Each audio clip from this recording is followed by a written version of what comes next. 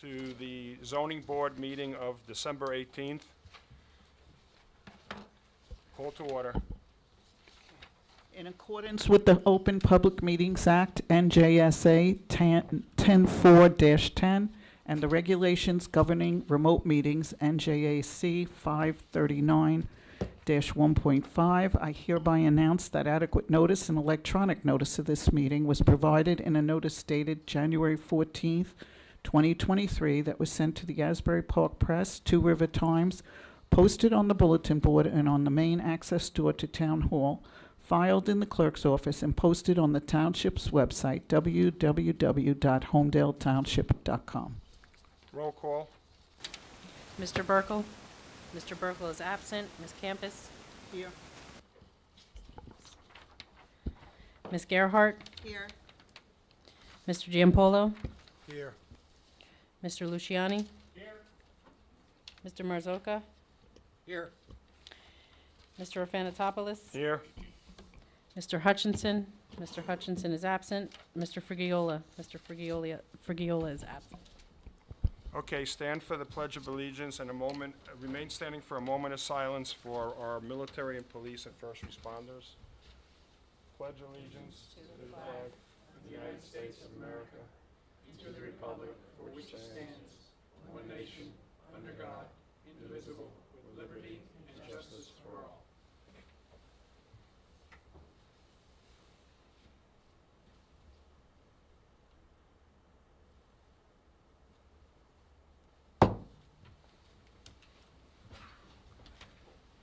Public hearing, item number 1. Zoning Board of Adjustment, 2024-5, St. Mina Coptic Orthodox Church, 134 State Highway 34, Block 17, Lot 12, R40B Zone, preliminary and final major site plan, bulk C variances, D1 use variance. Applicant seeks preliminary and final site plan approval to construct a recreational facility. The recreational facility is not a permitted use in the zone and requires a D1 use variance. The new facility will support the existing church by providing parishioners with a multipurpose gymnasium, meeting spaces, and classrooms. The existing sports field will be upgraded and enlarged. Okay, before we get started, a little housekeeping things. Courtney, is all the paperwork, files, checks, everything up to order? Yes. Notices, everything like that? Yes. Okay, next, conflicts. Does anybody have any conflicts with St. Mina's Church? Or anybody, any attorneys or engineers that are over there? Nope, no conflicts? Okay, next we'll hear from Marty to talk a little bit about some of the processes that we will be following during the meeting. All right, so this evening, the applicant's counsel has indicated they're just going to present their engineering and possibly architectural if we get that far. They have an operational written summary they're going to provide after this evening for the next hearing, because there was some confusion on that. His counsel has indicated that to me before the hearing. There is also an objector's attorney here, so we will allow that counsel to speak as well after Sal introduces his application. And other than, there's some, obviously, members of the public that may have some questions or comments. We do questions after the witness for the applicant's finished. If the applicant doesn't finish this evening with the testimony of that witness, you know, you have time next time to question that witness. If they come back and amend their plans, you'll have time to question on the amended plans at that time. When this is all over, anyone will have a chance to make a comment. That'll be under oath at that time, but that'll be at the end of the whole process. And other than that, Yep. there may be, depending on how many people want to speak, the chair or the board may elect to put time limits on. Typically 3 minutes. We limit people if it becomes overcrowded with questions. Yeah, we'll play it by ear when we get to that point. We probably will end at about 9 o'clock. This is not a meeting that goes on till midnight like the old days, for those of us who were around those days. So by 9 o'clock, around that time, we will start wrapping up, depending on where we are and what's going on. Before we get started, I would like our planner to discuss why you're here and give us all of the reasons for the variances, and there's quite a bit of things she'll talk about before we get started. So go ahead. Let me just swear in our two witnesses, so Kate and Bill. Do you swear or affirm the testimony you're about to give tonight and on this application is the truth and nothing but the truth? Yes. So for the record, our professionals have been sworn in. Okay. Thank you, Mr. Chairman. So yes, I'm going to give a brief overview of the application that's here tonight, what variances they are seeking at this time, with the caveat that, we're going to hear some testimony tonight. We're going to get an operations statement. There's going to be a lot of testimony that's provided, so some of this is subject to change, and the applicant will, of course, put onto the record what they are seeking in particular. But as we reviewed the application, St. Mina's Coptic Orthodox Church, which is an existing facility on this piece of property. Kate, go closer to the mic. Oh, sorry. You may not be making it to the back of the room. Okay, there we go. Thank you. So St. Mina is an existing house of worship on this site, which is, has now at this time, this lot, which is now known as Lot 17, Lot 12, measures about 34.5 acres. The St. Mina's was originally constructed in the 90s. I don't know the exact date. And over time, the church has purchased some adjacent lands, including farm parcels to the rear, to the north, that at this time have all been consolidated now into Block 17, Lot 12. The last time, in my report, there's a brief summary of the previous applications this St. Mina has made to the township. I will note that their original approvals, or their original applications in the 90s and the early 2000s were to the planning board, because at that time a house of worship was a permitted use in the R40B zone. In 2013, the township changed all zones, not just R40B, but houses of worship became a conditional use in all residential zones in the township. So at that time, there were new standards added. The purpose of that was to, make sure that, to still allow for houses of worship in residential zones because of, that they historically had been, and but to make sure that neighbors were adequately protected with enhanced buffers, setbacks, things of that nature. So I'm not going to go through all of that now, but essentially the applicant did require a D3 variance the last time they appeared before the zoning board in 2019, along with several bulk C variances. At that time, just to go through what has already been granted, the applicant did receive a D3 variance related to having a parking and accessory buildings within the front yards. There is existing parking in the front now. It also related to buffers, because there was an existing, some of this was related to the fact that there were lot lines at that time, so there were buffers were in between the lot lines, but there's existing former farm stand in the northern part of the site that's with 25 feet of the property line. So at this time, the applicant is not proposing to make any changes to the existing house of worship building, which is on the southeasterly portion of the property.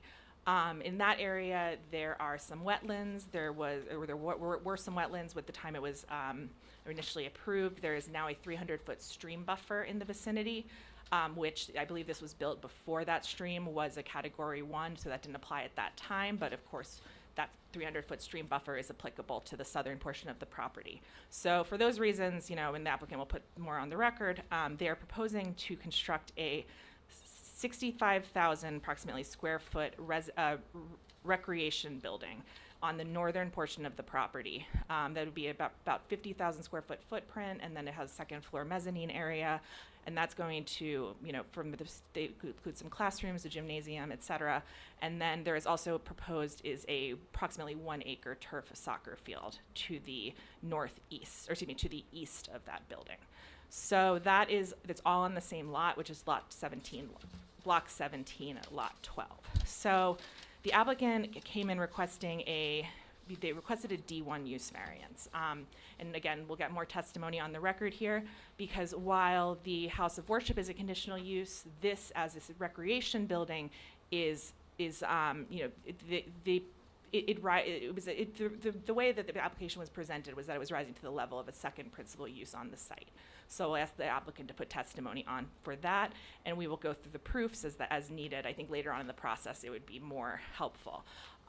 But either way, the applicant has required a D3 in the past. They're requesting a D1 now. So I think the board will hear tonight testimony on behalf from their engineer, and that will focus on the structure, that'll focus on, you know, the what's proposed on that portion of the site. They'll get into stormwater, they'll get into lighting, landscaping, things of that nature related to the site. I will note that they are not proposing to add any parking. There are already in excess number of parking spaces that that are on the site that were previously approved. I believe they're losing about 10 spaces in order to connect some of the existing parking lots. One thing to be aware of is that there have been prior resolutions for this property, as I mentioned, and they are rather long and complex and had a lot of conditions attached to them. And the conditions were also memorialized in a developer's agreement that was recorded in 2020. So, you know, just for Sal's purposes, I think we want to see where we are with those conditions. A few of them I think are relevant here because there were some that were related to, you know, parking on that portion of the site, the northern portion of the site that was formerly the farm parcel. Just trying to see what needs to be excised, what can continue going forward to see, you know, make sure that the applicant can continue where it's appropriate, their prior conditions, and where they cannot, to make sure that this board understands what is going on there and how that anything can be mitigated in accordance with those conditions. Okay, very good. Thank you very much. Sure. Okay, sure, you're up. Good, Bill, do you want to talk about anything? I don't think it's necessary at this time. good Okay. evening, Mr. Chair, members of the board. Salvatore Alfieri, Cleary, Giacobbe, Alfieri, and Jacobs on behalf of the applicant. I'll make an introductory statement, but you may want to have the introduction of the other attorney while we're here, before we start. We will, but once you're done with your little introduction. Who's wanna do gonna, it first? yeah, Okay. tell Yeah. us who's gonna be here to Okay. speak and what their names are, and then we'll figure out their credentials when they get ready to speak. Right, so the board attorney indicated previously, we are presenting our civil engineer Josh Seawold and our architect David Collins tonight.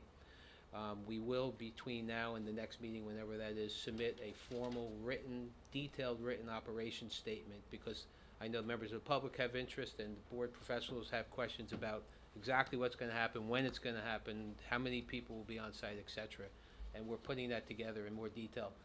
That'll probably take a night just to go through that, in terms of testimony. We also have ultimately, when we get to them, a traffic engineer will bring, and then we have a planner because of the D variance relief. Kate gives a very good summary in her report as to the history of the approval, so our engineer is not gonna get into any of that tonight, and we're gonna focus simply on what's on the site today, plus what we're proposing going forward. We've received the planner's report, an engineer report, an environmental commission report primarily, which we're going to address tonight as it relates to engineering and architecture. And I believe that's it. The last approval in my notes was from 2019. So and that's the last resolution that we've reviewed. And that's our introduction from my Okay. end It's nice and simple. so far. All right, well, go ahead. No, so, Oh, there's an I'm objector's sorry, counsel. yes, I'm sorry. Give the courtesy to let him give an introductory Yes, I'm sorry. comment. Introduce myself. My name is John Kaplan. I'm an attorney at Harold Law in Warren Township, New Jersey. This evening I'm here on behalf of Marie and Gregory Hofstadel, 28 Tiburon Drive. There may be more clients in the future, but for now that's who we represent. The only other statement I want to put on the record is, as far as the notice goes and the lack of operations that we're aware of, we don't really know if this is a second principal use, an expansion of a pre-existing non-conforming use. We don't really know what's going on. It's supposed to be a rec facility. It's got a lot of classrooms, stages, locker rooms, etc. So at this point, I don't have an objection as to the proposed use because we really don't know what it is. So that's all that I have right now. Okay, thank you. Go Thank you. ahead. So we're going to call our first witness, Josh Seawold.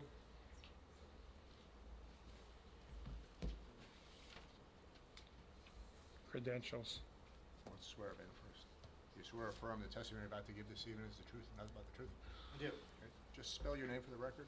Sure. Now, wait, one thing. The audience in the back, the people further back, if you can't hear, just give me a symbol like this so I'll know that means he has to speak louder. And also, we're going to be referring to exhibits. We have extra sets here, so if anybody Go ahead. Close to the mic. No problem. Good evening. My name is Josh Seawald, last name Sewald. I have a Bachelor's of Science in Civil Engineering as well as a Master's in Science in Civil Engineering. I'm a licensed New Jersey professional engineer. I've testified before over 100 land use boards in the state of New Jersey, and I am a partner at Dynamic Engineering Consultants. It's my first opportunity to be presenting before you this evening at the Homedale Zoning Board of Adjustment. What other towns in Monmouth County have you presented in? Marlboro, Howell. I was in South Plainfield last night. I was in Middletown on Monday last week. I do about 60 to 70 hearings a year throughout the Okay. state. Anybody have questions from the board? Okay, we'll accept you. Thank you, sir. I have no objection or questions. Okay. Thank you. Thank you. So Josh, your office prepared the plan that was submitted in support of this application, is that correct? That's correct. And we're going to show the board first an aerial exhibit so the board can be, I'm sure everybody knows where the church is, but we'll show Start the marking board exhibits. the exhibits, and that's going to be marked as A1, Courtney? Yeah, Want me to do it? do these come off? Yes. And you have those there if the public wants? Yes. They're in the file there, okay. What's today's date?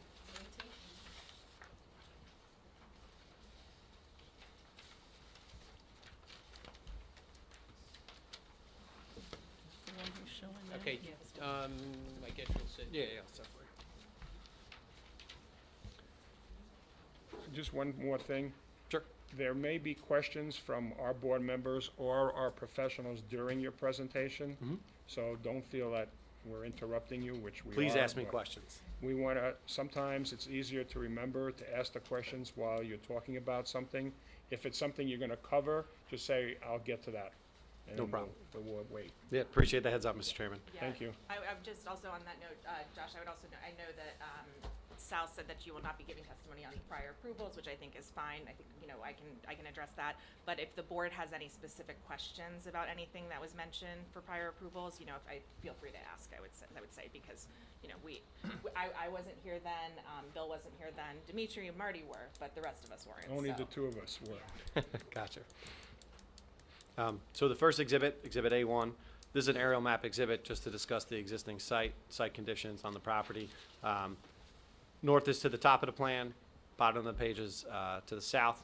You have Route 34 running in that north-south direction. Our property is identified with a bold yellow line around it. As Kate mentioned in her opening, it is uniquely shaped. It's a large tract of land with 34.4 acres. There's 345 feet of linear frontage on Route 34 today. It is located, of course, within the R40B zone. There's a few things on the property today. It's well developed. There's a two-story house of worship, and that is located in the southeastern corner of the property. That's approximately 38,000 square feet in size. The second structure that is further located on the northern corner of the site, that's about 5,100 square feet. That's labeled as storage and a farm market. I don't believe the farm market is active at this time, but through historical records that we've obtained through Oprah documents, prior plans, and just going inside the building, we'll call it a storage/farm market. And again, that's 5,100 square feet. There are 3 curb cuts on Route 34. You'll see shortly that we're not modifying any driveways onto 34. And through various approvals, as Kate well summarized earlier, there are now 547 parking spaces on the 34-acre tract of land. Again, 547 spaces. The remainder of the parcel includes a detention basin, and that was approved by this board for the large parking lot expansion that happened a few years ago. And the very rest of it is a farm field today. And that's what we'll be discussing this evening about putting that recreational facility on the farm field. Kate correctly identified that on the southern portion of the site, we do have that Willowbrook tributary. There are wetlands on the property. There are stream and stream buffers. I'm happy to report that nothing that we are proposing tonight will be disturbing or modifying any of those things. So all the associated conservation easements that are on site, the wetlands and their buffers, as well as the stream and their buffers, will all remain exactly the same between the existing and the proposed development discussion that we have. Overall, to the north of our property is the residential neighborhood in the R40B zone. To the south, again, is that Willowbrook tributary. Also next to us, to the south, along Route 34, is the B2 zone. There's some medical offices there, dentist's office as well. And then further beyond that is more R40B zone.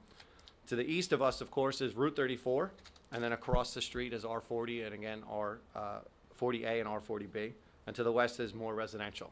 So overall, there are residential around the property. I think that's important, it's sensitive, that's why probably the public is out here today. And that was critical in our design and what we put together with the applicant and the team. That's all I have for the overall existing conditions. As you mentioned, I don't think it's necessarily important to go through the conditions at this time of the prior approvals. I want to focus, I think, on the next step of discussing the proposed application. Then, of course, Mr. Chairman, or your professionals, if they have questions for me on those prior approvals, we can start to discuss those things. But And just so the record's complete, I don't think we identified what A1 is. Sure. So can you do that? That's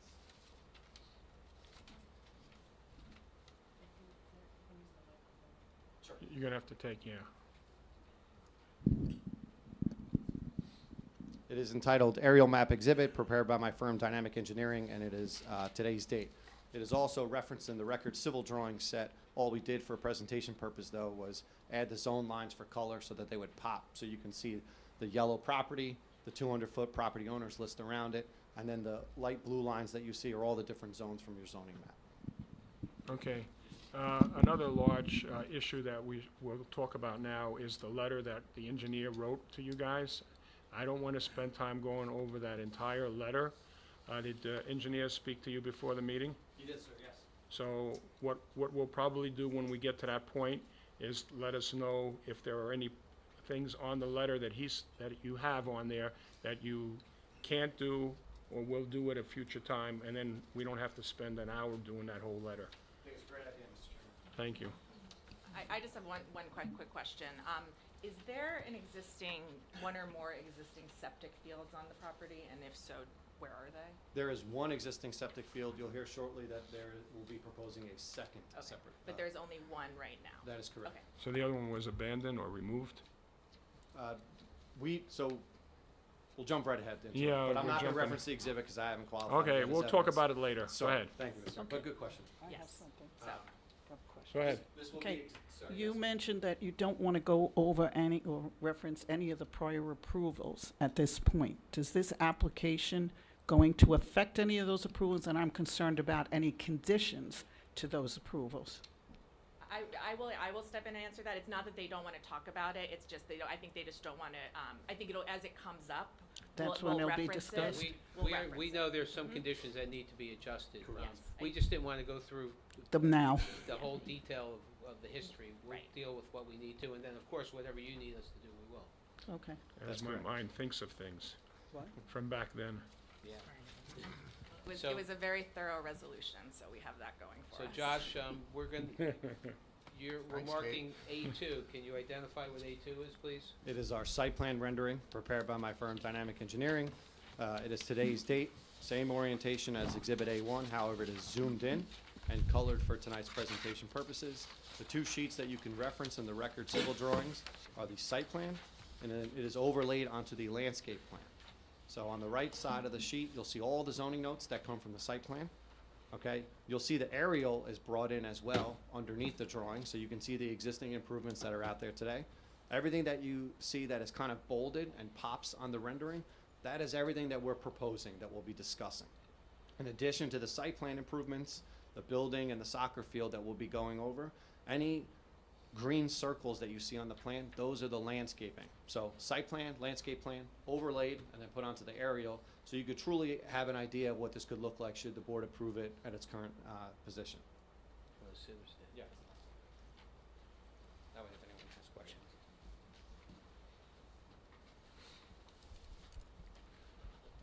So as I mentioned on Exhibit A2, this is a more zoomed-in version of A1. It is not the total tract of land that we're showing. What we're focusing on right now is the left side, which is the northern portion of the site. And we're here this evening proposing a 63,997 square foot recreation center. It's approximately 34 and a half feet tall. And again, we do have an architect that's sitting behind me. So I ask any questions about building materials, color, floor plan, different breaks in the height. Save that for my colleague sitting behind me, Mr. Collins. However, if there are any questions about the location, how it impacts parking, circulation, grading, drainage, lighting, landscaping, that's what I'm up here for, to answer any questions, Mr. Chairman. The orange block on this plan before you on A2, that is the building that we'll be proposing. To the right of our building, so south of our building, you'll see the existing parking lot that's out there today. In front of the L-shaped style building, you'll see the soccer field that we're proposing. And then right to the northern side of our soccer field is that existing 5,100 square foot farm storage building. And again, more parking that's already out there today. So again, for the record purposes, everything that is bolded on Exhibit A2, that's the new site that we're looking at and the new improvements that we're proposing. Again, some of the amenities, which again, the architect will get into more detail. However, it is located in the plans, of course, that there will be a gym, which will house basketball courts as well as a stage. There's a multi-purpose room, classrooms, and some other features inside of this very well-done building. In addition to the orange block of the building, you'll see that there's this square of a concrete hatch. That is the plaza. And the plaza is basically a nice entranceway so that the people that are in the parking lot can walk up. There's ornamental landscaping and lighting that's there. It'll add a nice amenity to the front of the building. Finally, the proposed turf field, that's the soccer field, that's located to the east of us, right in front of our building. It's essentially an outdoor extension of the recreational building that does have a 4-foot fence on top of a retaining wall. I know there was a lot of questions on that. There's a retaining wall around the soccer field because the parking lot to the south is lower than the building that's existing out there today, which is higher. And soccer fields must be generally flat in nature. So there is a retaining wall around the turf field. And because there's a retaining wall, there's a 4-foot fence on top of it. In addition to that, so that no young kid kicks a ball onto Route 34, there will be a 20-foot net that wraps around the soccer field as well. Let's talk about the site plan, why it's laid out the way that it was, and how we came up with this. So when we were looking at, when we were speaking with the applicant, the church, and then we were talking to the architect, when we identified that obviously the parking is out there today, we identified that the most sensitive feature of the site was our residence located to the north of us. So the entire layout and the purpose of the building, the parking, the loading, the trash enclosure, and the turf field, the intention was to put the building in there and then leave about a 100-foot buffer of space. So as you see on the northern side property line, there's some existing woods and vegetation that are to remain. We are then going to add, and I'll get into details of landscaping shortly, supplemental buffer. We're then having our septic field, so just open space and grass. And then you have more of the backside of the building. And the point of the way that the building was laid out was so that there is truly a buffer between our residential neighbors, and then you hit the building. The activity associated with this recreational facility will, of course, be inside, but more importantly, the outside facilities, that interaction between the parking lot, the plaza, and the building are now internal to the site. So there is a separation from the residence to where the actual activity is. That's another reason why the soccer field is located in the place that it's shown on the site plan. Finally, some of the other building features that you see with this type of size of project is, of course, a loading space and the trash enclosure. We specifically worked with the architect throughout going through the floor plan design, and we made sure that the loading zone and the trash enclosure was the farthest place that it possibly could be from any of the residential neighboring lots. And that is located on the western side property. It's an extension of the existing parking lot and is hundreds of linear feet away from the residential boundary line. So how did we come up with the site plan, and why does it look the way that it does? Obviously, it's a custom building. This is not a commercial type of application where we have a corporate prototype that we're dropping in. This was a very custom design and layout, and a lot of back and forth between the church dynamic and the architect got together, because we wanted to make sure that the activity between the parking lot, the plaza, the outdoor space of a soccer game, all was included but encapsulated in the center of the property. And that way the lights and the noise generated by those things were more centrally located and hundreds of linear feet away. And then a nice building, which you'll see the elevation shortly, separates the different uses, which are residential to the north, to the internal parking lot that we have.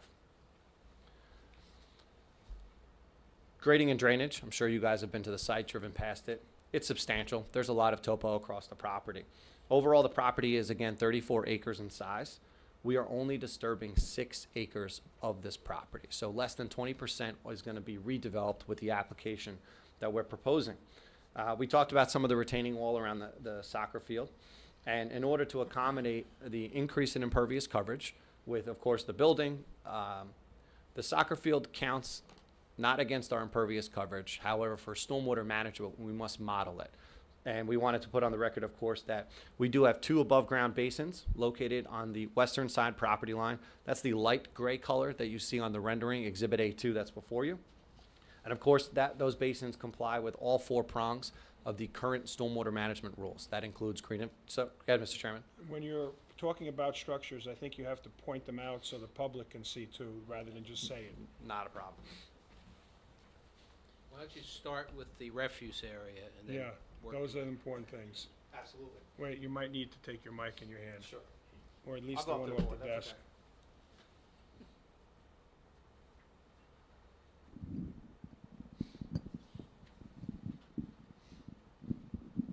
Again, referencing Exhibit A2, the orange block of the building on the northern side property line. The 10 by 20 masonry trash enclosure. That means there's a 6-foot wall that wraps around the receptacles. That is located in the northwestern corner of the property. It's identified where my pointer is right now. The dark gray color with the white stripe hatching, that is the loading space. And you'll see on the architect's floor plan, we actually have 2 loading doors, and that's why there's 2 spaces for potential trucks to unload whatever products they need inside Are of they the at building. ground level or raised? They are all flush at grade. Okay. The septic field you mentioned? The septic field is located between the orange building and the northern property line. It is this large square area.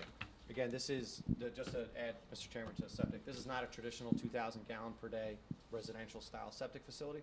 This will be considered an on-site treatment plant. We're in the process of going through an EGIPTES approval. The DEP has recently updated their regs where we can get a general permit that goes between 2,000 gallons per day and 20,000 gallons per day. We're about halfway through that process. Why is it important for the board and the public to know? General permit means that it is not at the level of an individual permit. There's not a subjective nature. It means that if you comply with the state standards, that over time in an administrative and technical review, it'll get approved. Before this recent regulation, when you had to go over 2,000 gallons per day, you needed basically an EGIPTES and an individual permit. It took about 2 years. Governor's office ended up signing off on it. It was a lot more of a robust and subjective nature. I'm happy to report in tonight's direct testimony that this septic field will be approved. It'll just be a matter of time. Okay, so since we opened up the septic Please. conversation, is there an existing septic field right now, and where is it? So there is an existing septic field. I don't have that on the plans where it's located today. There is one obviously functioning for the church that's out there. If there is any other ones associated with the property, they have been abandoned in place based on my record review.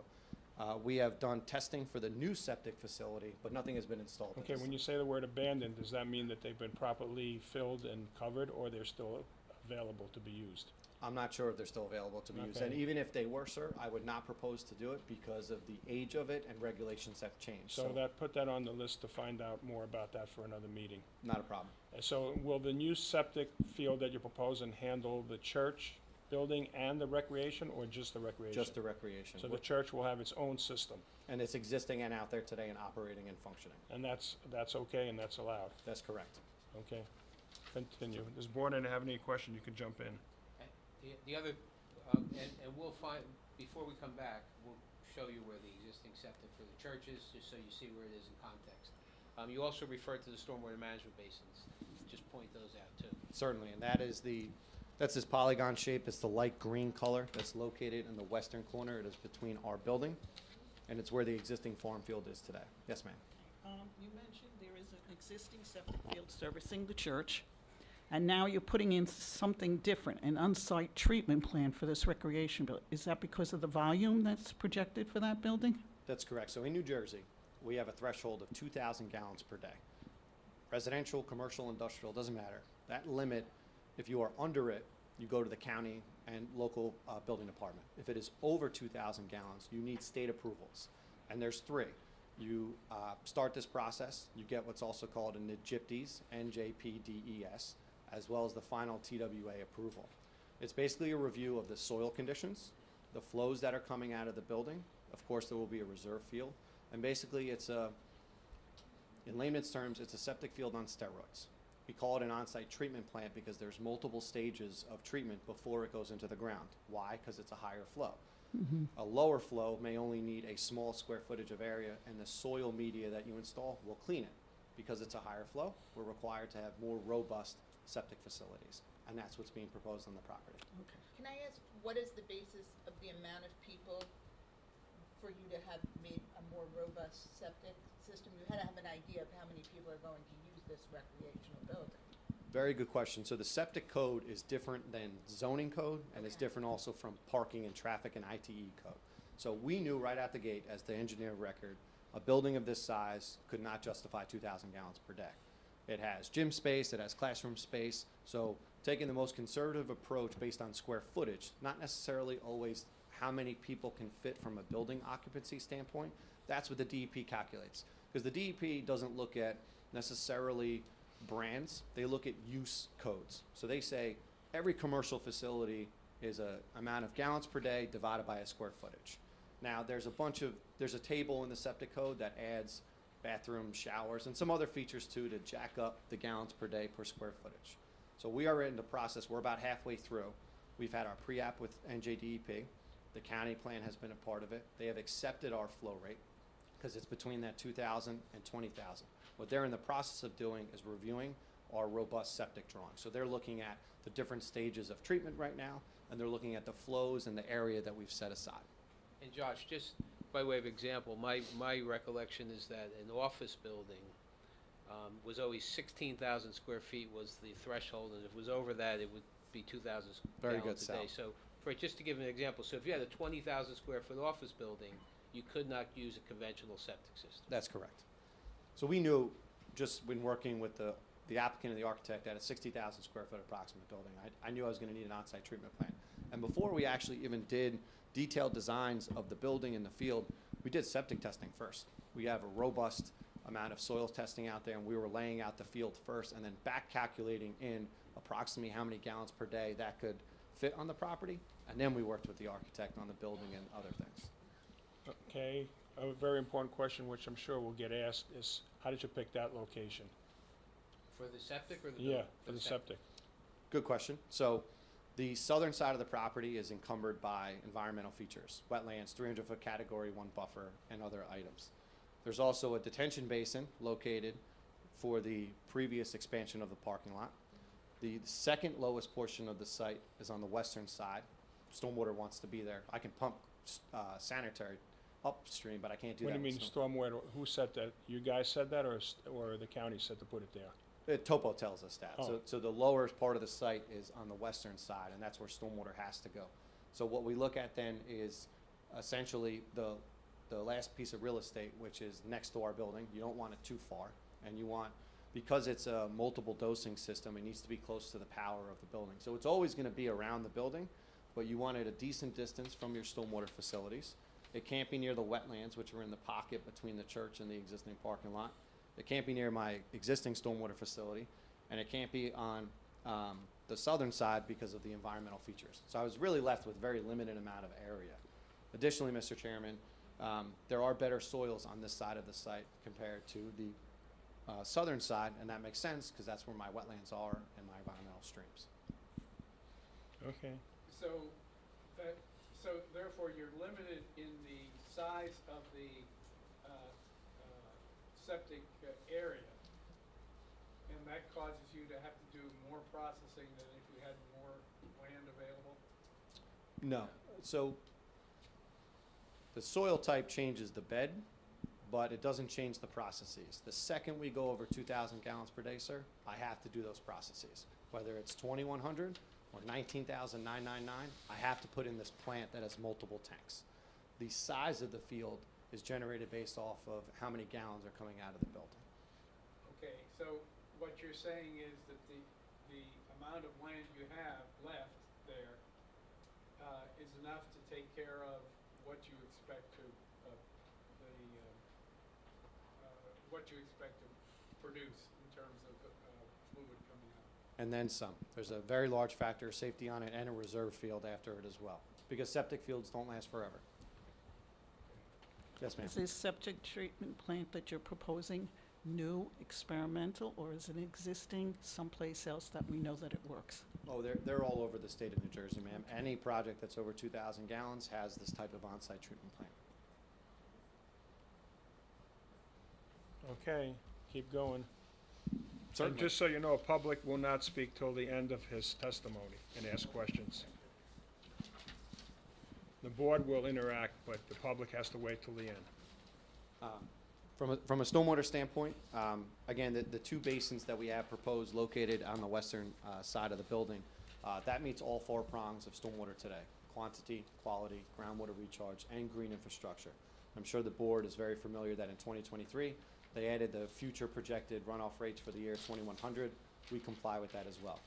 I do believe in our resubmission, because we are in Rev 1, that we addressed the majority of your board engineer's comments, and I'm happy, Mr. Chairman, to report that any remaining stormwater comments or grading comments that your engineer has, Dynamic will comply with. But I do think we did a decent job in our resubmission addressing the vast majority of their technical concerns. So the stormwater system that you see on this plan is as close as compliant as we can where we are tonight. I'd like our engineer to comment at this point. Please.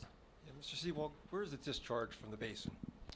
It is located right here towards the middle of the parking space.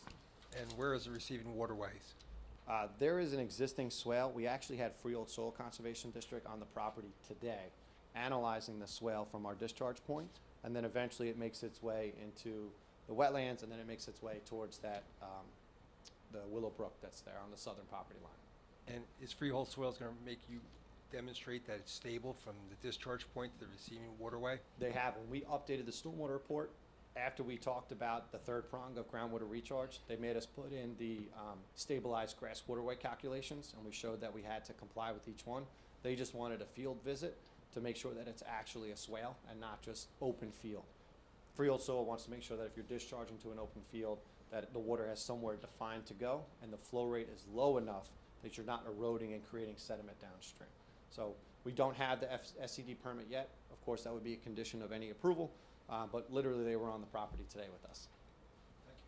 And while you're talking about stormwater, can you just focus on the turf field? Because I know that, I think the Environmental Commission mentioned the stormwater. How is that handled? The same way, but just run through how it would get to where it's going. Certainly, and great question, Sal. So technically, from a zoning standpoint, it is not paved area, so it doesn't go against the lot coverage calcs. However, it's a fake media, so we model it from our stormwater standpoint. It's not natural grass that goes back into the groundwater table. So underneath the media of the soccer field, there is a subsurface under drain.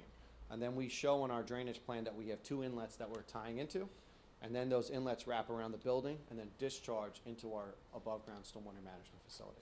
So this is not a grass field? It is a turf field, synthetic, that is correct. Why do you need a loading dock? What are you going to be loading there? It's a decent-sized building, 60,000 square feet. The architect will show you shortly on the floor plan. There's many different rooms. There's a small kitchen.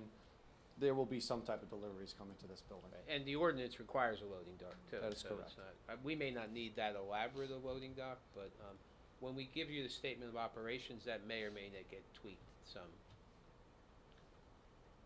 Sir, did you have a question? I'm sorry. Okay. Well, let me ask a question to Sal. How do you want to handle this? Do you want him to keep going until he's done? Or at one point, do you want to have him stop and have the architect speak a little bit, and then he can continue the next No, meeting? I think, if you don't mind, I'd rather finish. Let him just keep Yeah, going? yeah, Okay. please, if you don't mind. All right, because I'm going to have to allow some time, depending on how long his testimony is, for a question from the public, too. Okay, understood. Go ahead. No problem, Mr. Chairman. So to answer Sal's, just to summarize Sal's question again one more time, we are collecting the drainage underneath the turf field, and it is being routed to the stormwater management facility, and it is modeled actually as impervious coverage in our stormwater management report. And one last question about stormwater management. This will be fully compliant with both the state stormwater management regs and the township ordinance, correct? That is correct. Thank you. Utilities, we discussed septic. Yes, there will be an on-site septic facility for this new building.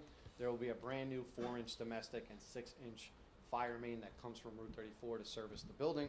And of course, there'll be brand-new gas and electric services to this new facility. Landscaping, that was important. We had our in-house landscape architect work directly with the architect and prepare the plan that is presented before you this evening. The point of the landscaping plan, it can be summarized as follows. We wanted to enhance the landscaping that was along Route 34. You'll see in the northeastern corner that in front of the existing parking lot by the 5,100 square foot building, it's nothing, it's just grass and then pavement. We did put a nice little landscape row with shrubs on the bottom and trees to break up some of the monotony along Route 34, and then also try to match what has been installed with the existing parking lot further south, closer to the church. The next most important aspect was, of course, enhancing the existing evergreen screening that is along our shared property line with our neighbors to the north and to the west. So what we have is a meandering single to double row of evergreen trees that are going to be placed right behind the existing limit of woods. One of the questions and comments, I believe, in your professionals review letters were ensuring that we're not disturbing any existing woodlands. I'm happy to report that during construction there will be a tree protection fence, and the final placement of all the vegetation will be worked on with your professionals in the field. But this is a good depiction, because we have real estate. There's about 100 feet between the property line and the building of where all that landscaping is going to be. The next aspect that we did was we screened the loading zone completely.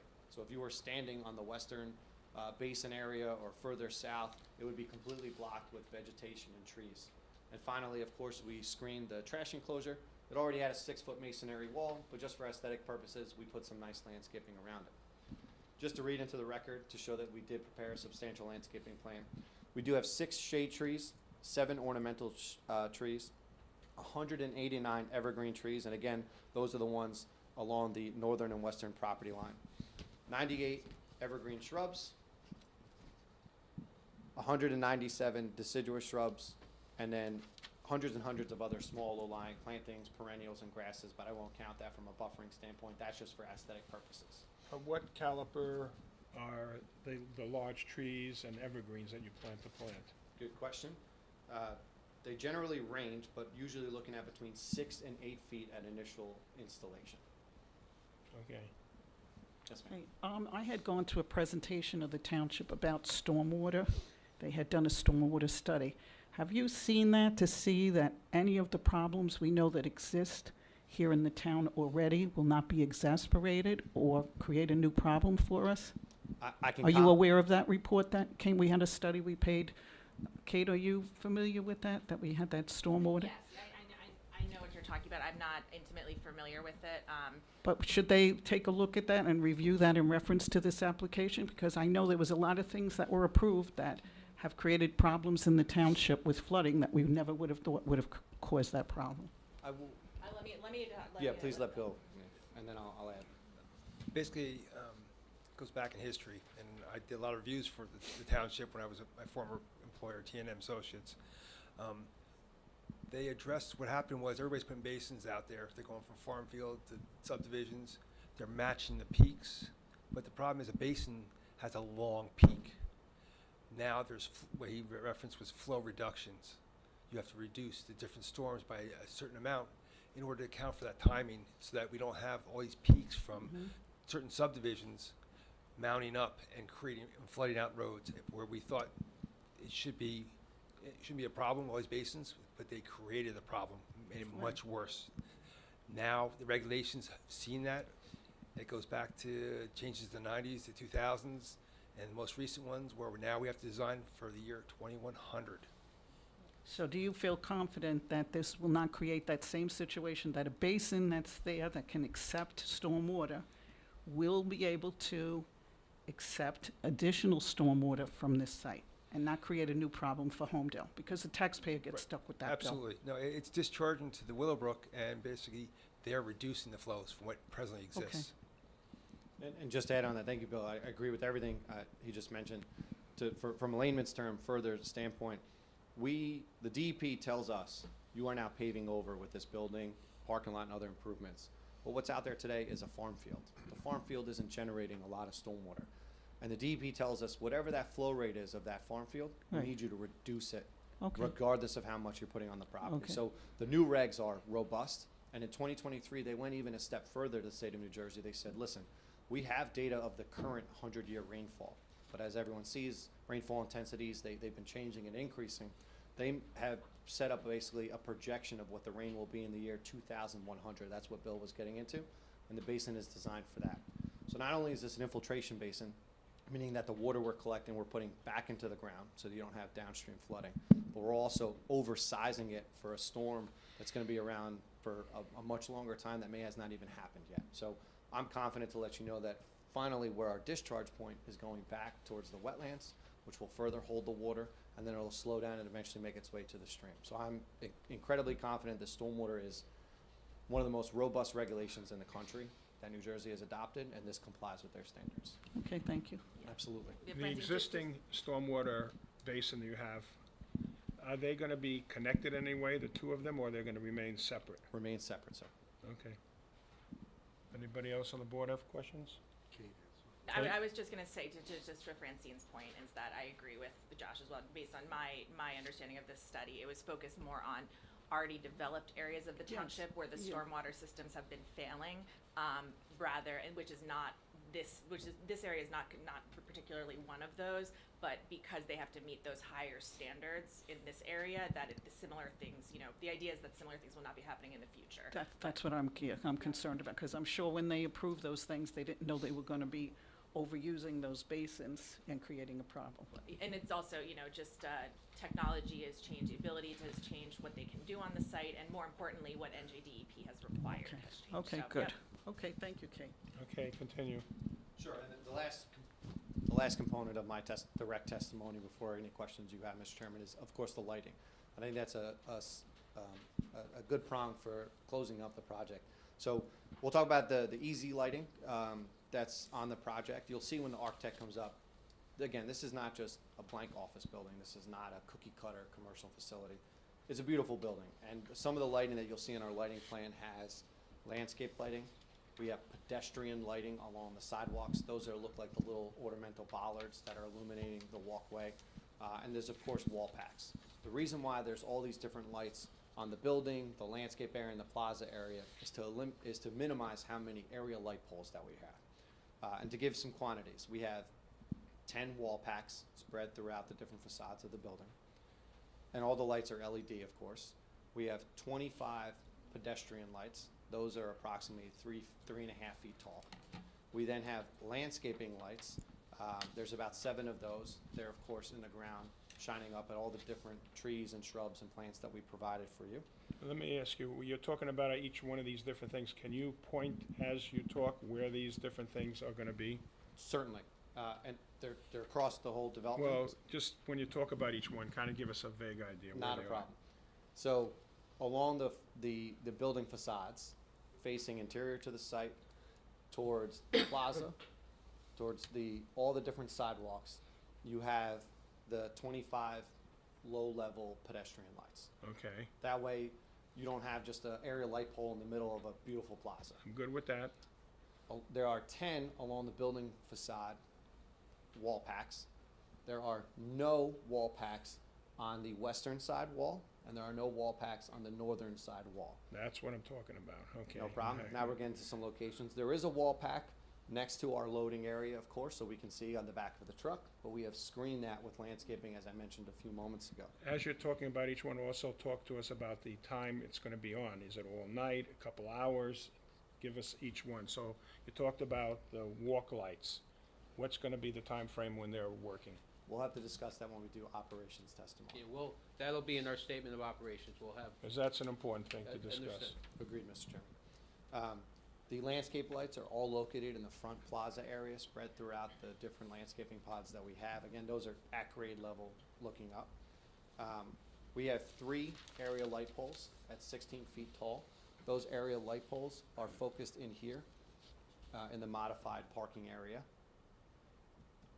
We have 12, we'll call under canopy lights, and that's located on the southern side wall. So that you'll see again on the architectural shortly, they have a nice canopy, so you don't get wet underneath the rain, and underneath there are lights that look like this.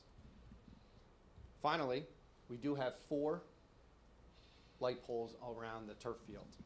They are 50 feet tall, and they are meant to light up a soccer field. The applicant did not just go with a regular spotlight. They coordinated with a company called Musco. They are a professional soccer field and other sports facility lighting outfit. The lights that they are proposing that are in the lighting plan of our record drawings, they are very state-of-the-art, modern, LED. If you look at some of maybe the old style sporting fields at high schools and middle schools, you see these huge big bulbs, and they're outward facing, and they're shining up into the sky, down, and all around. These are following more of the modern and state-of-the-art area light poles. So if you go onto a new parking lot facility, you will see that they are downward facing, they are shielded on the backside, and they are what we call forward throw. Literally behind the light, there is no illumination that's generated. And we can do that because all the LED bulbs are directing in different areas. So what we have on the lighting plan, which is not on this exhibit, but it's part of the record drawing, you see illumination levels. We are certainly looking to illuminate the soccer field so you can see the ball at night. But what I'm happy to report is that there is zero spillover of illumination behind the building, and the light is zero at the 5,100 square foot food mark. So if you take a look at the lighting plan, you'll see that we have low light levels in the parking lot and the sidewalk areas. Then of course we have a higher illumination in the turf field. So the applicant spent a lot of time working with Musco, the lighting consultant, to ensure that whatever lights they did propose were of the highest quality, only 4 of them, downward facing with the shield, so that the light would only face the soccer field and would have no negative impact to the sensitive area of the application, which is of course our residential neighbors to the north and to the west. Can you, the parking lot lighting that you discussed in the area that, how are they shielded? So a lot of the lights in the parking lot are. You said there's a few new ones towards the bottom, right? That's correct. So there's something in lighting that's called house side shielding. The ones in the parking lot are just shielded because the LED is inset into the fixture. So they don't have what's called a house side shield, but it is further inset into it so that it is, it literally looks like there's a line in the sky. So if you look up at a new LED area light pole, you'll see that there is this line of illumination. To the right is to the dark, and inside of that line is the illumination panel. Okay, I know that it may not be part of this application, but here's where I bring the past. I know we spent a lot of time on lighting on the past, on that parking lot when you approved that back then. I haven't heard anybody yet tell me about when, if it's a problem, the lights from that parking lot. So when you do the operation, we will need information not only on your existing lighting that you have, the operations and all of that, and then of course the new, how late you're planning to use them. There probably will be some comments from us for sure on how late those things could be on. Understood, Mr. Chairman. And I have a few follow-ups. Are you finished? I am, sir. So a couple questions. Don't call me sir. First is that you mentioned the reconfiguration of the parking lot. And I know Kate mentioned the fact that we were going to reduce the number of existing parking spaces. Can you just describe what kind of reduction and what this reconfiguration is? Certainly, there's 547 out there today. It will be reduced to 539. So a loss of 8 spaces. Why are we losing 8 spaces? One, we're providing ADA spaces located by the front door. That's critical because now we have a building. And as you know, with ADA spaces, you lose the space because of the centralized loading area. The second prong, we are cutting into the parking lot facility for our loading dock and restriping in that area. So basically losing 8 spaces to accommodate ADA parking as well as the kind of cut into the parking lot for the loading area. So, and that was going to lead to my next question. The parking lot will be ADA compliant as it relates to access to the new building, correct? Absolutely. And then Kate mentioned, would the applicant, I don't think we have an answer for you yet. Yeah. Would we consider putting any EV parking spaces in? We haven't had a chance to speak to the client about that, but we will come back with. Isn't that our ordinance that we have those? It is not technically required because they're not adding any, they're not really modifying the parking to add more.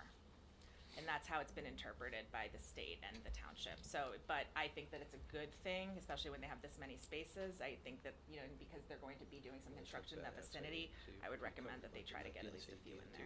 Just leave that for traffic. One other question. In terms of forgetting about building signage, but site identification signage, there's no new signage proposed, is that correct? That is correct. So whatever's out there is going to remain as is? That's correct. And then outside agencies, you mentioned DEP, et cetera, soil conservation.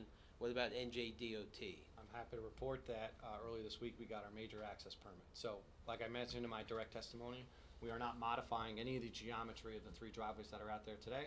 But when you add 60,000 square feet, you are adding traffic, and you need to go to the DOT and show that you're not negatively impacting those driveways or the surrounding roadway network.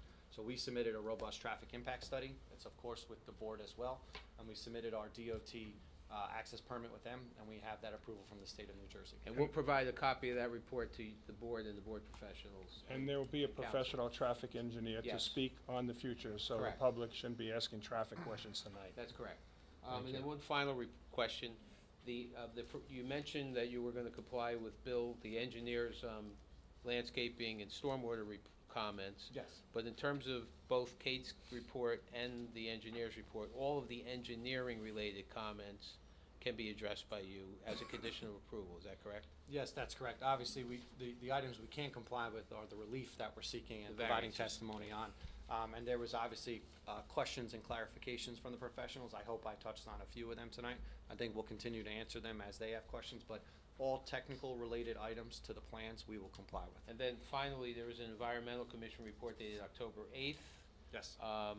Could you just comment on, in response to whatever comments they made?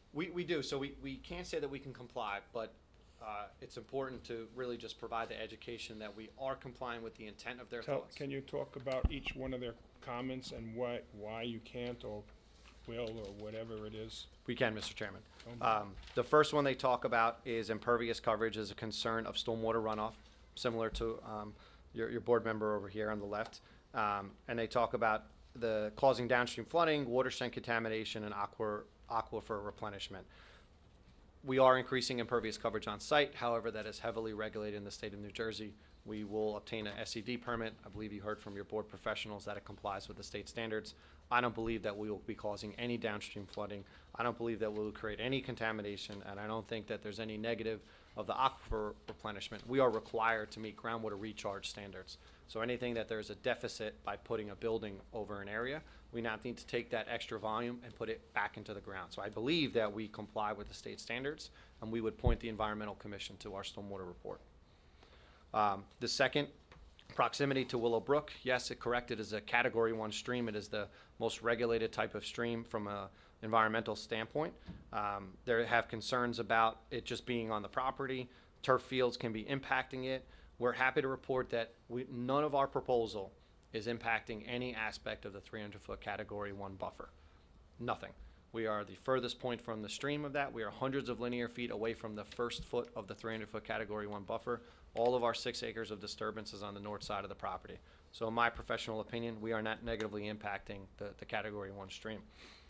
The next comment, Mr. Chairman, they talk about is natural grass fields versus artificial turf. If you guys have ever played on a synthetic field, they have those little rubber balls associated with them. As I mentioned, though, water does not just go through this and then go back into the ground. It is although a porous media, there is a robust under-drain system that is there. And that is porous, of course, but it will not allow those little plastic balls to go through. Underneath that will then be an under-drain, and then it'll make its way to our stormwater system. So it is a Class A state-of-the-art synthetic turf field that has an under-drain system to stop any type of downstream contamination that the Environmental Commission is concerned about. I have a similar comment that they're concerned about the turf going and hurting the fish in the stream. And PFAS they mentioned, again, it's being contained in the turf field and it's a separate under-drain system. They discuss about the master plan reexamination and how maybe a turf field potentially impacts the visual quality of scenic corridors throughout Homedale. I'm not your professional planner this evening, so I'll defer that testimony when they go through positive and negative criteria. And then finally, they talk about, they say 55-foot height lights. They're 50 feet just for clarification purposes, and they asked us for the level of impact on the neighborhood sky. Again, these lights are shielded, forward throw, downward facing. They will not be shining into the sky. I totally respect where Homedale Environmental Commission is coming from. All over the state of New Jersey, you go to a football field, a soccer field, and it's the old style big bulbs facing up in the air. That is not what this would be located on site.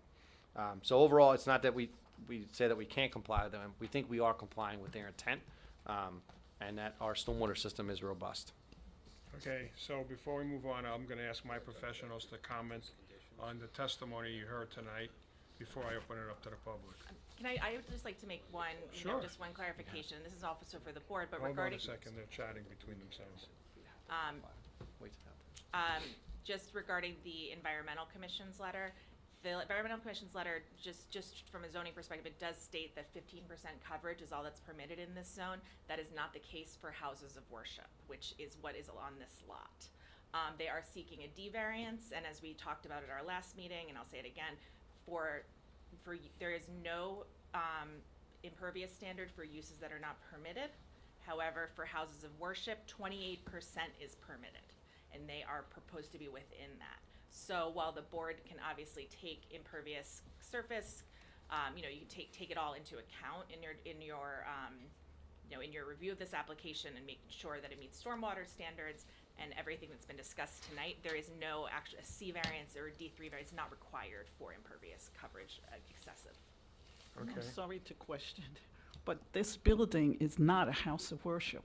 But Frank, It's a recreational facility. Francine, yes, but this is the case that's come up a couple times, and I'll say it on the record again because I know not everybody's been here. In the R40A and B zones, if you are proposing a use that is not permitted, there are no bulk standards directly associated with that use. It's just the way that the ordinance was written. It's I'm not going to call it a flaw, but it's unique. But because this is the case here, so we have in our report, we have both the conditional use standards for the house of worship on the overall site. And I do want to note that they are, if this was a house of worship, if you're looking at the overall site, they are within the 28% that's permitted there. And then for informational purposes only, just for comparison, we have the R40B standards for single family homes. This is clearly also not a single family home. Those do not apply. It's like single family homes, museums, libraries, etc. It's all in our report. So that's where the 15% comes from. But I just want to be clear, again, the board can take this testimony into consideration, everything, take the environmental commission's comments under consideration. But I just want to be clear that a variance is, in my opinion, is not technically required. Thank you. Bill? Josh, if you could take a look at the lighting plan again, and you may want to amend your testimony. You were indicating on the north side of the building, there is no lights, as well as the west side of the building, where the only lighting was near the loading zone. That's not what I'm seeing on the plan. Do you have a lighting plan that you could put up as an exhibit? I don't, but I have a rollout of plans, and I could do that, Mr. Chairman, for the next time I can bring, but basically, there's a lighting plan in your record drawing, I just don't have it Well, to mounted. address this question, that's why I'm asking that. That's no problem, I could do that now for you. Okay, so you can do it now, or you want to do it next time? I could do it now, I just gotta roll out the plans. Do you want to hold my plan? Sure.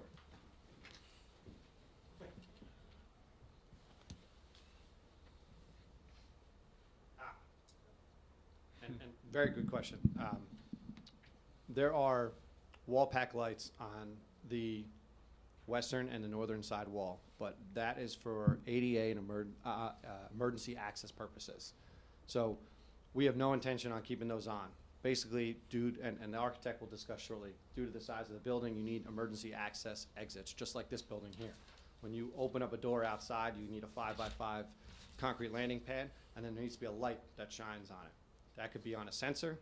I know we haven't talked about operations, but I can testify right now that those 4 wall packs, Bill, we can limit as a condition of approval that it will be meant for building code requirements, that it is emergency only, that should there be a fire and you need to exit the door, it illuminates that area. But there is no reason for those 4 building lights to be on in any capacity during normal operations of the So site. you're going to put sensors on them, is that what you said? Absolutely, and I think it's common so that they're not just on all the time. Okay, so that's going to be an update in the plans. We could add a note to the plans. Note to the plans, that's what I mean. Good question, Bill, thank you. What else, Bill? That's it, Mr. Chairman. Oh, I have another question about sure. lighting. Go ahead, Kate. Can you speak to, getting away from the field lighting for a moment, how does the 16-foot lights, how do they compare to what's in the parking lot now, the existing lighting? I don't have a set of, with me, the French Aprillo plans that were. Yeah, I mean, I know they're identified where they are. Okay. Just curious what the height is on those, if you're aware, if you know. I don't, but I Okay. can get back Add to it you to on the that. next. Yeah, I think No that problem. would be good Yep. to know, because I think my just looking at what's there now and what's proposed here, these look like these are like I don't know the exact height of what's there, but these look like they're again a higher tech LED type of lighting. But I think it would be good to compare what's there and what's not, what's Gotcha. being proposed.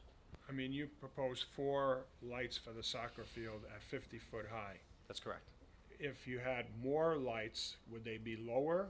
Or you want 50 feet so that you have less lights? How does that work? Great question, and that's exactly how lighting works. The taller it is, the more wide of a throw that you can have. Think about a mall or a large shopping center like Lowe's and Target. They have fewer lights, but they're 25, 35, 45 feet tall, so they can illuminate larger areas. That's exactly why these type of facilities only want a few light poles and that they're shining down. The lower you go, the brighter the illumination actually is. So, for example, we're sitting in this room. We could be talking about 40, 50 foot candles, and that's how low it is. The higher that it goes, the illumination at ground level starts to dissipate a little bit. So it's always this balance, and you'll hear when we go through the planning, we do have variances for the height of those poles. We have variances for illumination as well as uniformity across the parking lot. It's always a difficult balance where you want it safe and bright for maneuverability around a parking lot and a driveway, but it is challenging on how many light fixtures that you put. The more light fixtures, the brighter it is, and then you need waiver approval or variance approval for hot spots, essentially. If you want a uniform light the way that we are in here, you need them to be spaced out more evenly. So higher it goes, more uniform and more direct. The lower that it is, you get these big bright spots underneath it, and then a darker area, and then when you get closer to that second light, it gets hotter again. So I'm just wondering, Kate brought up the height of the parking lot lights. I don't know what they are. Let's say they were 30 feet for argument's sake. It's 16 and a half, sir. Oh, they're 16 and a half, The old or the new? the old. We're not sure about that. Okay. The new ones that we were proposing are 16, which is a good height. And the reason it's a good height is because generally trucks are right under 14 feet in size. So any good lighting designer goes 14 and a half feet and taller, so there's no conflicts with the lighting. Well, my question was more geared to if we, let's say, said, if they were 30 feet tall, how many lights would you need at 30 feet tall, and what kind of hot spots would you be talking about? Because I'm sure And you're some- talking about just the turf field, not the... Yeah, the turf field I'm talking about, because Gotcha. that's what I'm concerned about. Yeah, so I would have to model that for you, just so you know. I could not answer that for you on... We could have that for you. Yeah, we could do the model for you. I that's think fine. that's something that the board members aren't asking that question, but I'm sure you would, that makes sense, right? Would you want to have a 50-foot high pole or a 30-foot high pole? You know, that's what it comes down to. And with the public, we'll have an opportunity to ask Yeah. questions too. And I don't know, I understand your reasoning for 4 of them, but the 50-foot sounds like high. Message well received. And I'm just thinking, you know, how's that gonna look from somebody's backyard to have a pole that high? And you do have neighbors that are very close to that field. Understood. So, anyway, And that's why okay. we're here tonight. does anybody have I don't know questions? if this is you or the architect, so I apologize if it's That's not for okay. you. I heard something about a 20-foot net. Where is that going? That just surrounds the soccer field. It's on Yes. top of the edge of the soccer field. You mean Is like there a fence? structure? Like, Laura, that was gonna be my next question, Okay. is both, Yeah, you can both the see. net and the fence, the chain link fence and retaining wall. Mhm. You know, I think, you know, just kind of, if there's a detail available for what that net's gonna look like, I think Sure. that would be helpful. And then for the fence on the retaining wall, you know, just at any point, 'cause the highest the retaining wall is gonna be you know, we looked at about 4.5 feet. The township permits 4 feet, so they do need a variance for the retaining wall. It's not huge, but when you add the purpose of the chain link fence on the retaining wall is for safety, but then you're looking at a structure that's about 8.5 feet off the ground. Can you point out where that would be at the highest, and, you know, just confirm what that measurement would be and what it would look like when you're viewing it from the highest point? Certainly. So if you take a look at the grading plan, I will. between the parking lot and the northern side property line, the grade comes up. And as part of our record drawings, we actually show a cut fill exhibit. You'll see red on there. Why is it red? Because we are cutting. And we are building this building kind of into the grade of the northern side wall. So we are lowering the site for the building finish full elevation. And as I mentioned a little bit in my direct, the parking lot, if you've been to the property, is lower than the 5,100 square foot farm stand. But soccer fields want to be flat. So in putting the soccer field between these 2 existing conditions, I needed a wall to make up for the grade that is currently sloping between the building, and the parking lot. So it meanders from anywhere between 1 and 3 feet around the soccer field. At its highest point, it's 4.5 feet, and that's on the eastern side facing the existing parking lot. So we're building this facility kind of into the grade, and we are putting a wall around pretty much all 4 sides of the facility. And as Kate correctly identified, anytime you have a wall that's over 30 inches, IBC tells you fall protection, you gotta put a fence on top of it. We would have fenced it anyway because it's a soccer field, right? And it just happens to be that there's gonna be a retaining wall underneath it to make up for the grade. The variance is correct that in a landscape style design, that fence would not necessarily have to be right on top of the wall. If you offset it from the wall, we wouldn't need the variance. But due to limited real estate and really just, you don't want the soccer ball to go off the field, we're gonna put the fence right on top of the retaining wall. Where is that wall again? It's around the soccer field. The residents will not see any aspect of it because it's blocked by the building and the existing building. Anyone who's really gonna see it is gonna be in the parking areas. Okay. So the highest face of the retaining wall will be looking into the But parking I'm not, areas. I guess I'm not understanding how the 20-foot That was net good. is. Well, Yeah. that's a That's the different second question. question. That's a Yeah. different question. Yeah, that's my question. Yeah, so How does that stay up, I think is Yeah. where you're getting at. Yes. understood. There will be pole-like structures around the facility that will be holding up the net. So is that technically a fence? So, because how does that work with our That codes? is, I'll defer to your planner on that was really the question there. Yeah, that's what I'm wondering I'll have, about. I have to look, I wanted to see a detail, I didn't have a detail, you know, I'd like to see it, you know, even if it's just like a cut sheet from the manufacturer or something, and we'll take a look at the ordinance. So one thing is that, you know, there are regulations for sports courts and things like that, but those are mostly for residential uses, so there's an exception here. I'll take a look. It's likely that they may need a variance for that. And is that something that's gonna be up 24/7, 365 days a year? Yeah, we have not looked into, I guess, a And fence so that'll go future up and down. testimony, you need to talk to us about that, because that's something that's, should be Understood. Yeah, discussed. I think that would be helpful. So if the poles are 20 feet, how many of them there will be, you know, I would just, you know, hopefully they're a neutral color, things like that, so. Not a But yeah, problem. I'd like to, we'll take a look and The- we'll you know, the We can incorporate that. certainly material, what do the that. material is and Yeah. all that kind of thing, transparency and Right. all of that. No problem. Yes, sir. To be clear, you intend to install, the fence is gonna surround the soccer field, and then you're gonna install a net, within the fence surrounding the soccer field? Correct. For the purpose of catching any soccer balls? That's correct.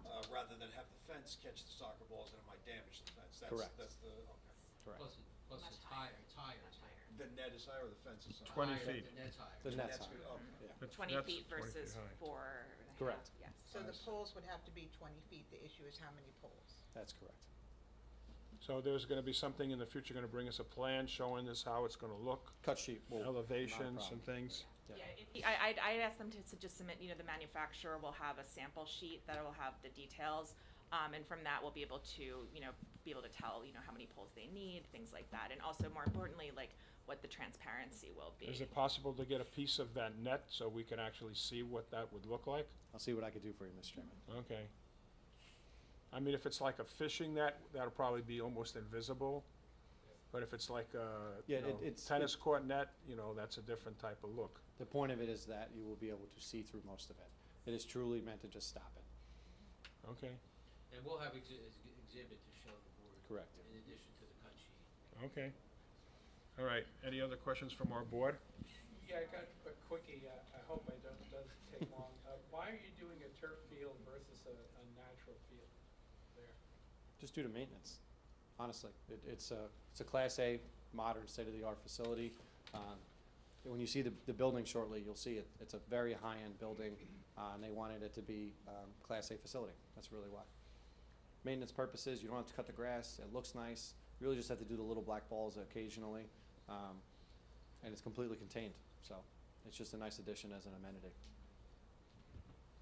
Any other? Just board? a Yes, ma'am. clarification, you mentioned earlier in your testimony that only 6 acres of 34 acres will be disturbed. Is that only for the building? What's the total that the church has taken up, and how many acres have you already used up on that property? Good question. I don't have those numbers. Give me a second when I get to my desk. The point of saying the 6 acres was to talk about the scale of the new addition. And disturbance is literally turning over the farm field and either grading it, stormwater, landscaping, and of course the impervious coverage feature. So The reason I wanted to tell you guys that we're only disturbing 6 acres is because you hear 34 acres and you're like, wow, that's a big property. What the focus of the application on is just about 6 acres. Our plans, of course, identify the bulk chart because it is one lot, all of the bulk standards, and we don't, we're complying with setbacks of buildings, impervious coverage, all the things that come in the R40B zone. The bulk chart analyzes all of it. I do not have a breakdown of how much the church is versus this, but I know that the total amount of impervious coverage is under the 28%, which is what the conditional use is associated with the church. Yeah, Francine, there's, on the bulk table, there's, they have existing conditions, you can see what's there now, in terms of impervious, and so just to clarify, the 6 acres is approximately, like, basically what's a little darker on this plan. That's correct. Everything that includes, so that includes all of the grass space, the stormwater, all of the landscaping, that's all part of the 6 acres that'll be disturbed. And ma'am, the existing bulk chart, just to put it on the record for you, it's 16.6%, and it's approximately 250,000 square feet of development coverage. Should this be approved as presented this evening, it'll go up to 23.6 at 350,000 square feet. So an increase of about 100,000 square feet, 40,000 square feet an acre, you're looking at 2.5 acres of new development coverage. Okay, thank you. Okay, any other board questions? Again, I don't know if this is for you, so I apologize. Sure. Is there seating around this field? I don't see anything on here, but you're building you keep saying you're building a state-of-the-art facility. Is there seating or? Yeah, there will be like not like formal stadium with concrete. It'll be the metal benches that you see at like a Aluminum Little League game. bleachers. So there will be bleachers? Yeah. Yes. Any other board questions? Professionals? Okay, Not for so this witness. at this point, I'm gonna open it up to the public. So, I don't want you to think I'm rude, but they have to be questions. So don't start saying a long story and then ask a small question. We wanna get right to the point. I don't know how many people are gonna speak, that'll be my next question, but you have to speak a question directly to the applicant on the testimony that we heard so far. This is only one of many hearings that this is gonna happen. We heard what's gonna come down the road. I doubt we get to the architect tonight, so if it has to do with that, obviously we gotta wait. This is only for the engineer and it's questions to him directly. Okay, so, we're to show of hands, and I know you're gonna go first, Mr. Kaplan, right? So, other than you, you don't have to raise your hand, I know. How many people of the public that are not represented by the attorney would like to ask a question? So I see one hand going up. Okay. Okay, Mr. Kaplan, you're first. You know this process, so I don't have to explain it further than I have. For the record again, John Kaplan from Harold Can you Law just and hold Warren. the mic, because I don't think it's really picking you up. Yeah, lower it down, yeah, like that. I'm sure, sorry. You have to be close to it for it to. Sorry, it's John Kaplan from Harold Law in Warren Township, New Jersey. Just to go back to my opening statement and the notice and the not knowing exactly what's going on. I mean, we just heard testimony about a lit soccer field with lights that require variances. A public notice is to advise the public of what's going on here. A soccer field and a lit soccer field are extremely different. The notice doesn't even mention the lights on the soccer field. It doesn't mention that they require variances for the lights. It doesn't say how tall they are. With that said, I think this notice is defective. That's a Marty question. I think he's just stating his I'm stating my comment objection, for but we can for the keep record. going. It's I'm fine. assuming Mr. Alfieri will disagree with you, and for the record, I assume Sal? For the purposes of tonight, yes, we disagree. I have notes on notice questions for myself that if we feel that the notice needs to be revised, we would renotice and address anything that would have to be addressed going forward. But for tonight, we feel our notice is adequate.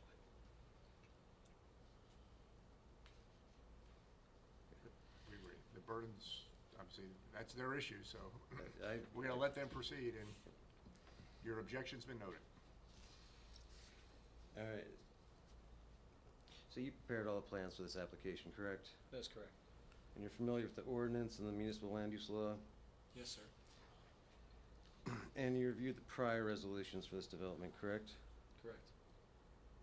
And I know we discussed previously that we are not going to discuss whether or not those resolutions have been complied with and all of the compliance. Are you aware of all the conditions that have been complied with the prior resolutions? I am, and they are summarized well in Kate's review letter as well. Okay, and you're aware that I not didn't all... hear you, I didn't hear your comment. Turn the mic to you when you're talking. I am aware of them, and they are also summarized in Kate's review letter too. But if your question is, are we aware of whether all of the conditions have been complied with, was that the question? That is correct. Our understanding is that they have been. We're not aware of anything that's not in compliance, but if there are any, you'll have to tell us. That I don't know either. Is that something that we know? They would have had to comply, they would have had to have a sign off as from resolution compliance in order to get their permits to build. So, you know, we can say at one point they were. I don't know if they are now. You know, typically it would only be if someone called in a violation or something like that. But since they got the approval, they got the permits to build the 2019 approval, then they were in resolution compliance at some point. Does that answer your question? Yes. You got it.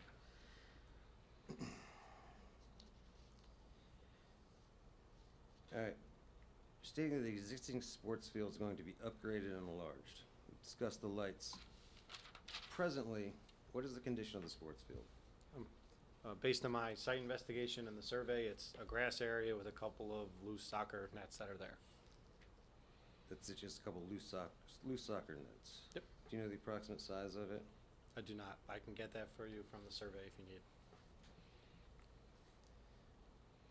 And the question was asked about wide turf as opposed to natural grass. Your response was maintenance. Are you aware of any problems with the current soccer field? Drainage, lack of use, anything of that nature? I'm not aware of any problems.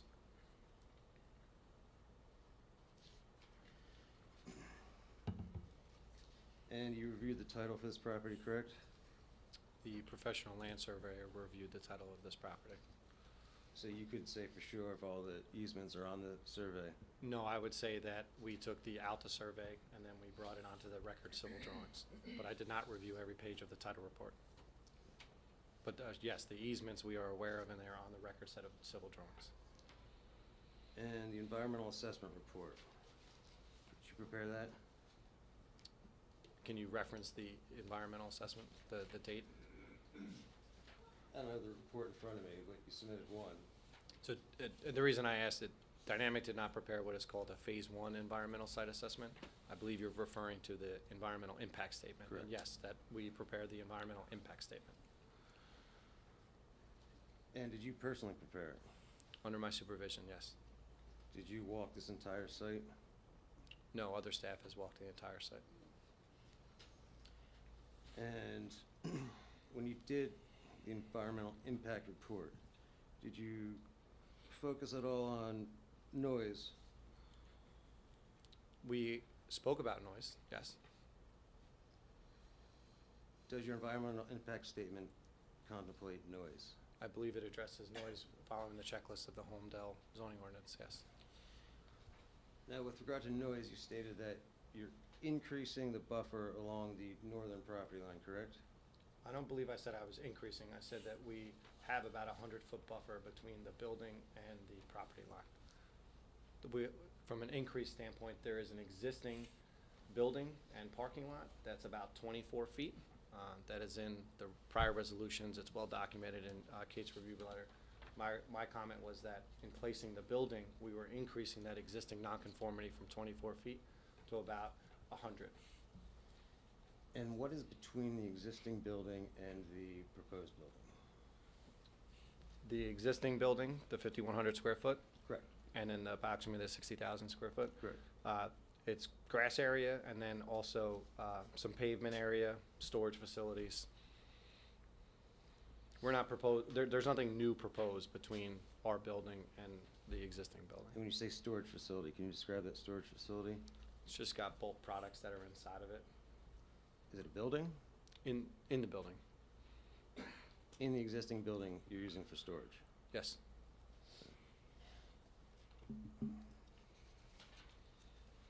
So I'm gonna pass my traffic.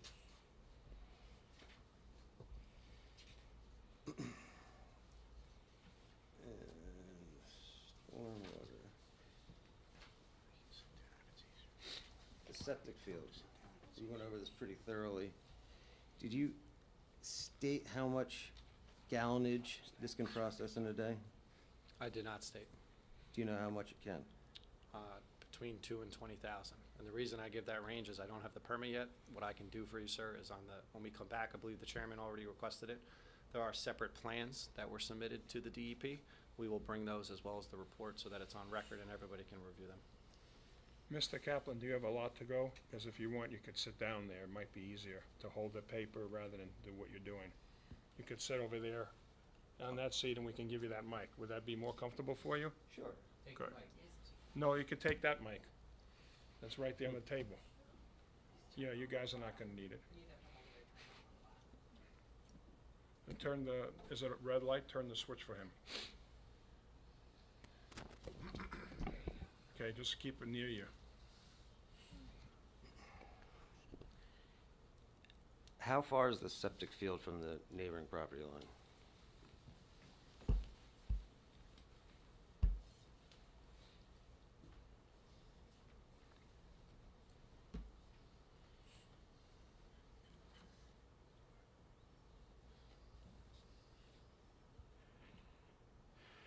Approximately 18 feet. Do you know how close the closest potable well is? I do not.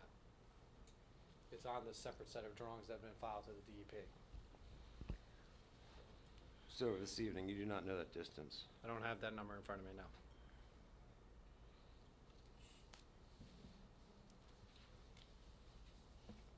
And at 20,000 gallons a day, do you know how many people I can serve?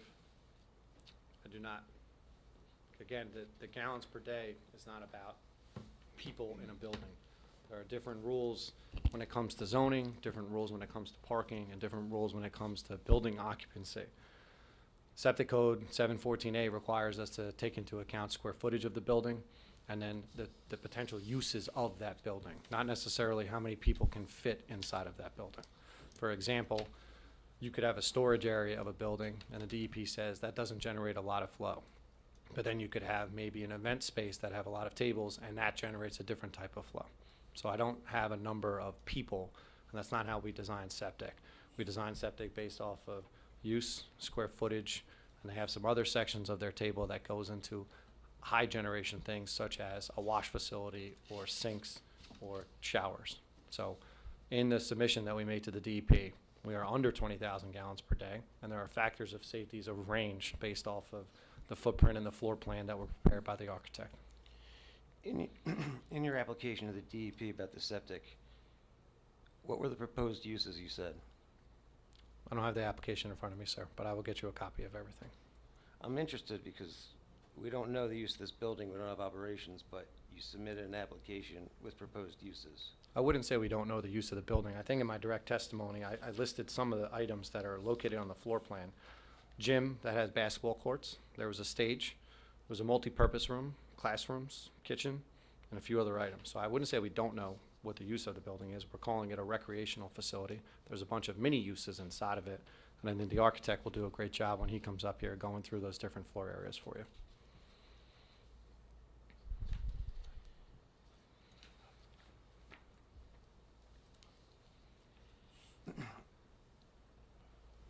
And we're not taking down any trees for this development, correct? You said it's all on farmland?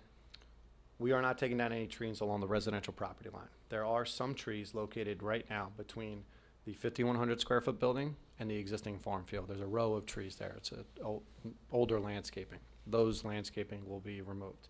But the existing trees that are in the woodlands area along the northern and western property line, those are to remain. And we are not removing any trees in those areas. Not for the septic field either, correct? That is correct. And how close is the septic field to the trees? Those two properties, it varies in width, anywhere between 5 feet and 10 feet. Do you know if the septic field will affect the life of those trees next to it? I don't believe so. Disturbance of the land? No, sir. Any regrading over that septic field? There is regrading in that area. It's located on the record grading plan. That's part of the application. In your So- opinion, is that regrading going to smother the roots of the trees next to the septic field?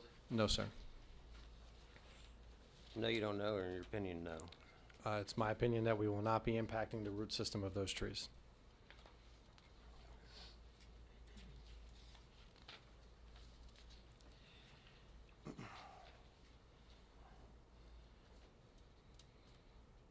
There are, I know you're not the architect, you are the engineer. There are windows on the north and west side of the building, correct? I would defer that question to the architect. Well, as an engineer, does light come out of those windows? I would defer that question to the architect. Yeah, that's not part of this, you know that. He's an engineer, he did a I know, lighting but save it report. for the architect. We got lots of questions for him.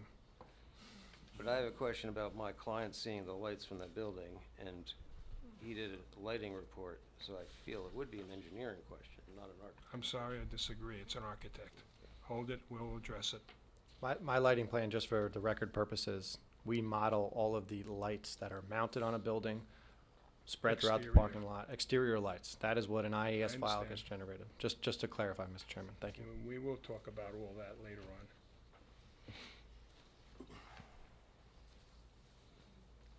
Did you design this turf field? It's a relative question.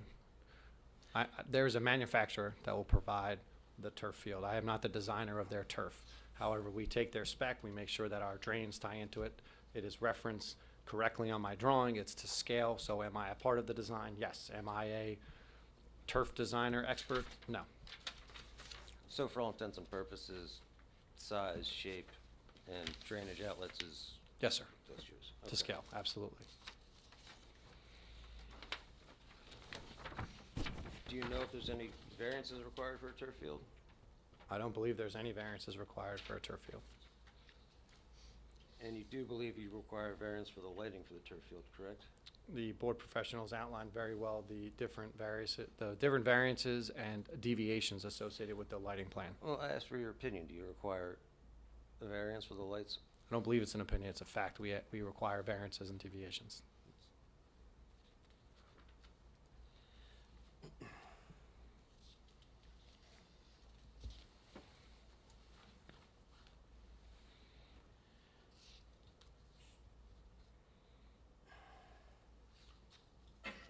And you did not do a noise study, correct? We did not do a noise study. Will there be one? Not at this time, Mr. Chairman. Do you know if there's going to be a PA system associated with the soccer field? Not that I'm aware of. I think we need to add that to things to adjust in the future. Noise and scoreboards and other things that have to do with that. Even though that may not be your umbrella, somebody's got to have that. Sal's taking a 4th page of notes right now. Okay? I would add also the seating that came up. Yep, the seating, we would want to see where it's going to be, how high it's going to be, what it looks like, et cetera. No problem.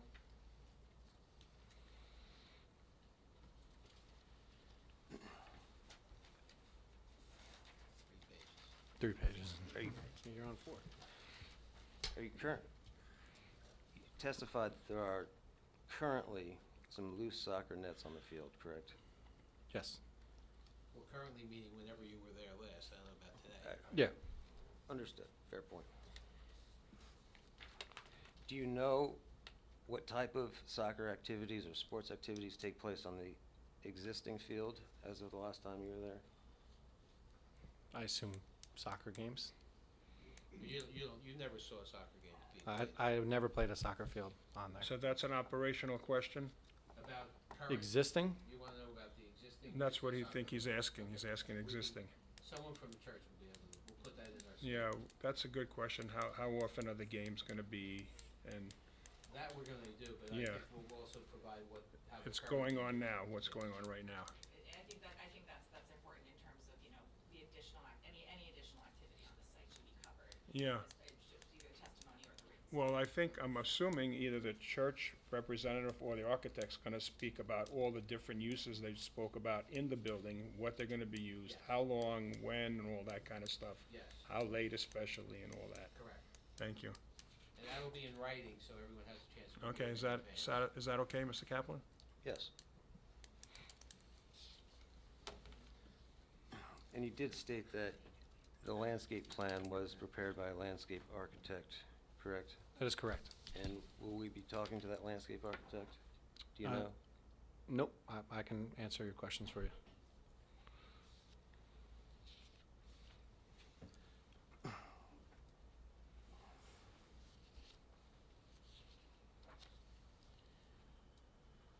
The existing tree buffer along the northern property line, you said you're not increasing that. There's an existing development, existing limit of pavement, correct. We are leaving that space alone. And have you gone through and reviewed all those trees to look for dead trees, fallen trees, trees that could be replaced, gaps in trees?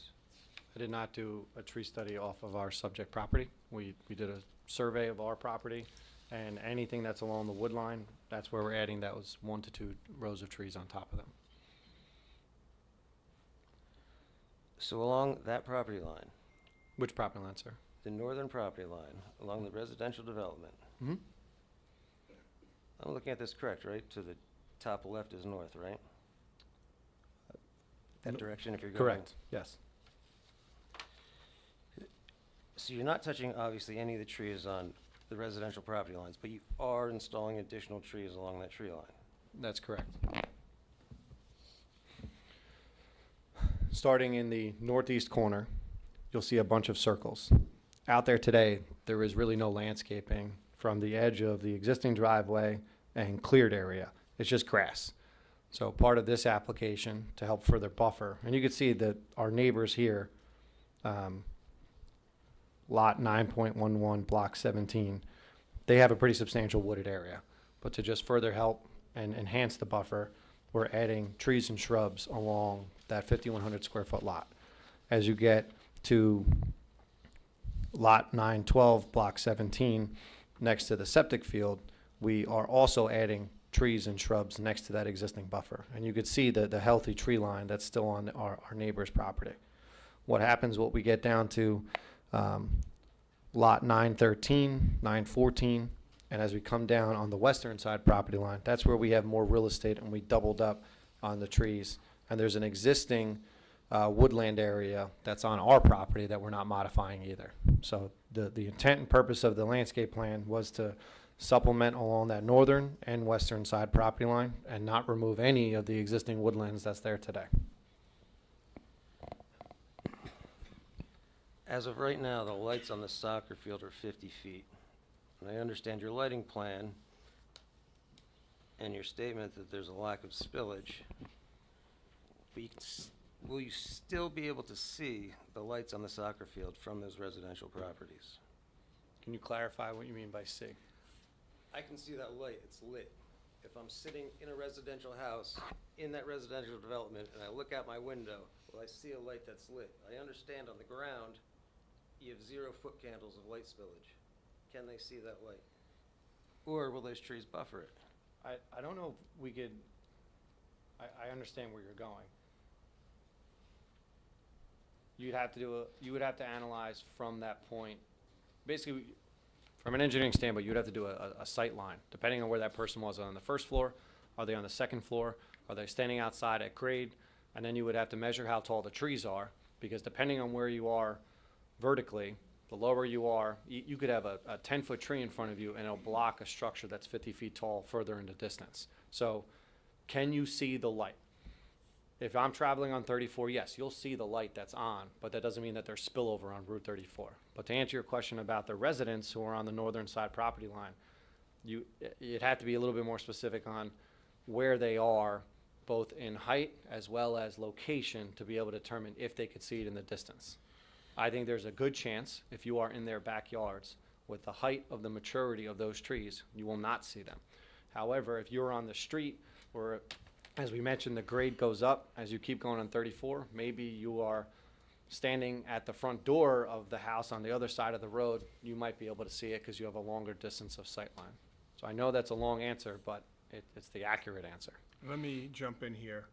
I'm thinking that in the future, and we haven't talked about it, we're gonna do an on-site on this property. Let's say that So, again. An on-site, where we would convene on the property to look at things. So Sure. this seems to be a good point for a balloon test. So in other words, if we come to the on-site, whenever that happens, probably January, February, we could put balloons where the light posts are We've ahead done of those before. time, and then we can see how the impact is to the neighbors. I happen to be very familiar with Tiburon. I used to live there, so I understand the neighborhood there very well. Just, do you want to? They'll schedule it. Okay, okay. So that might be something that we'll talk about on-site at a future meeting. But, so I hope that will address your question, Mr. Kaplan. Yes, Mr. Chairman. The buffer we're speaking of lights. Will that buffer have any effect on sound coming from the soccer field?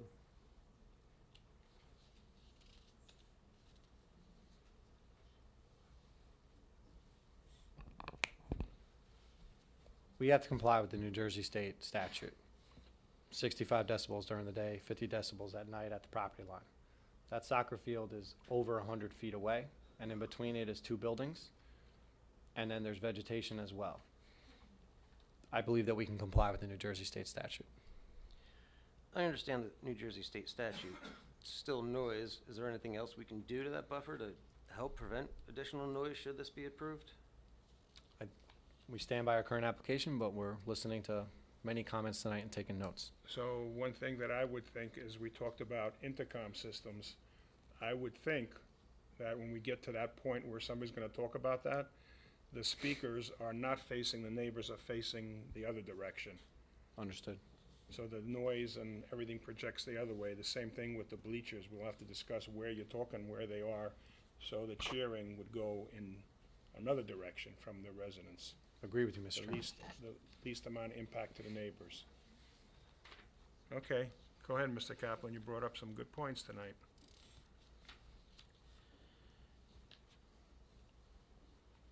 And I apologize, the trees that you will be planting along that buffer, those are all conifers, correct?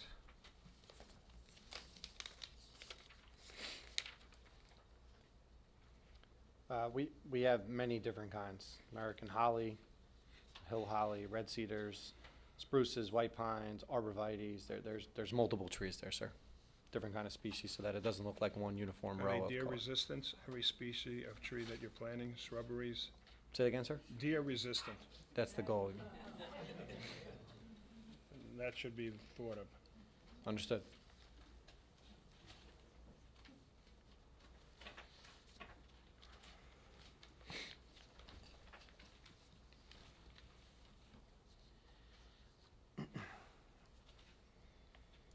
When we speak of traffic, obviously you're not the traffic engineer. You want me to hold my pedestrian questions for the traffic engineer for circulation? Yes. Unless it's related to on-site design and where the sidewalks are, if it's traffic related, I'll defer to the traffic engineer. You want to ask your question, and he'll tell you if it's, No, I'll save for the traffic engineer. It's gonna deal more with probably site circulation. thank you. We're coming close to the end of the questioning, because I did want to at least, we have other items that we have on our agenda, so I don't know how much more time you need. I think I asked a lot of my important questions tonight. If I can, if there's gonna be changes, if I can reserve the remainder of my. Obviously, you can ask them at a later time. And Mr. Seawald's gonna come back to address Every meeting. comments, so so he'll be here. Okay. I'll reserve if you wanna add. I want to get any public, because I told you guys that 9 o'clock we'll end this, because we have 2 other items we have to discuss. We don't really want to go too late. Not a problem, Mr. Chair. Okay, thank you very much for your time tonight. Okay, now I want to open it up to the one person, but if somebody else decides they want to speak, you're welcome to speak too. So state your name and address, where you live. Pecorella, 2 Brisbane Court. So You're not on the map west of there. the property. Yeah, you're on 2 the- plots away. The back of that stream that we're talking about comes through the back of my property. I have a 3/4 acre pond that sits on the back of my property.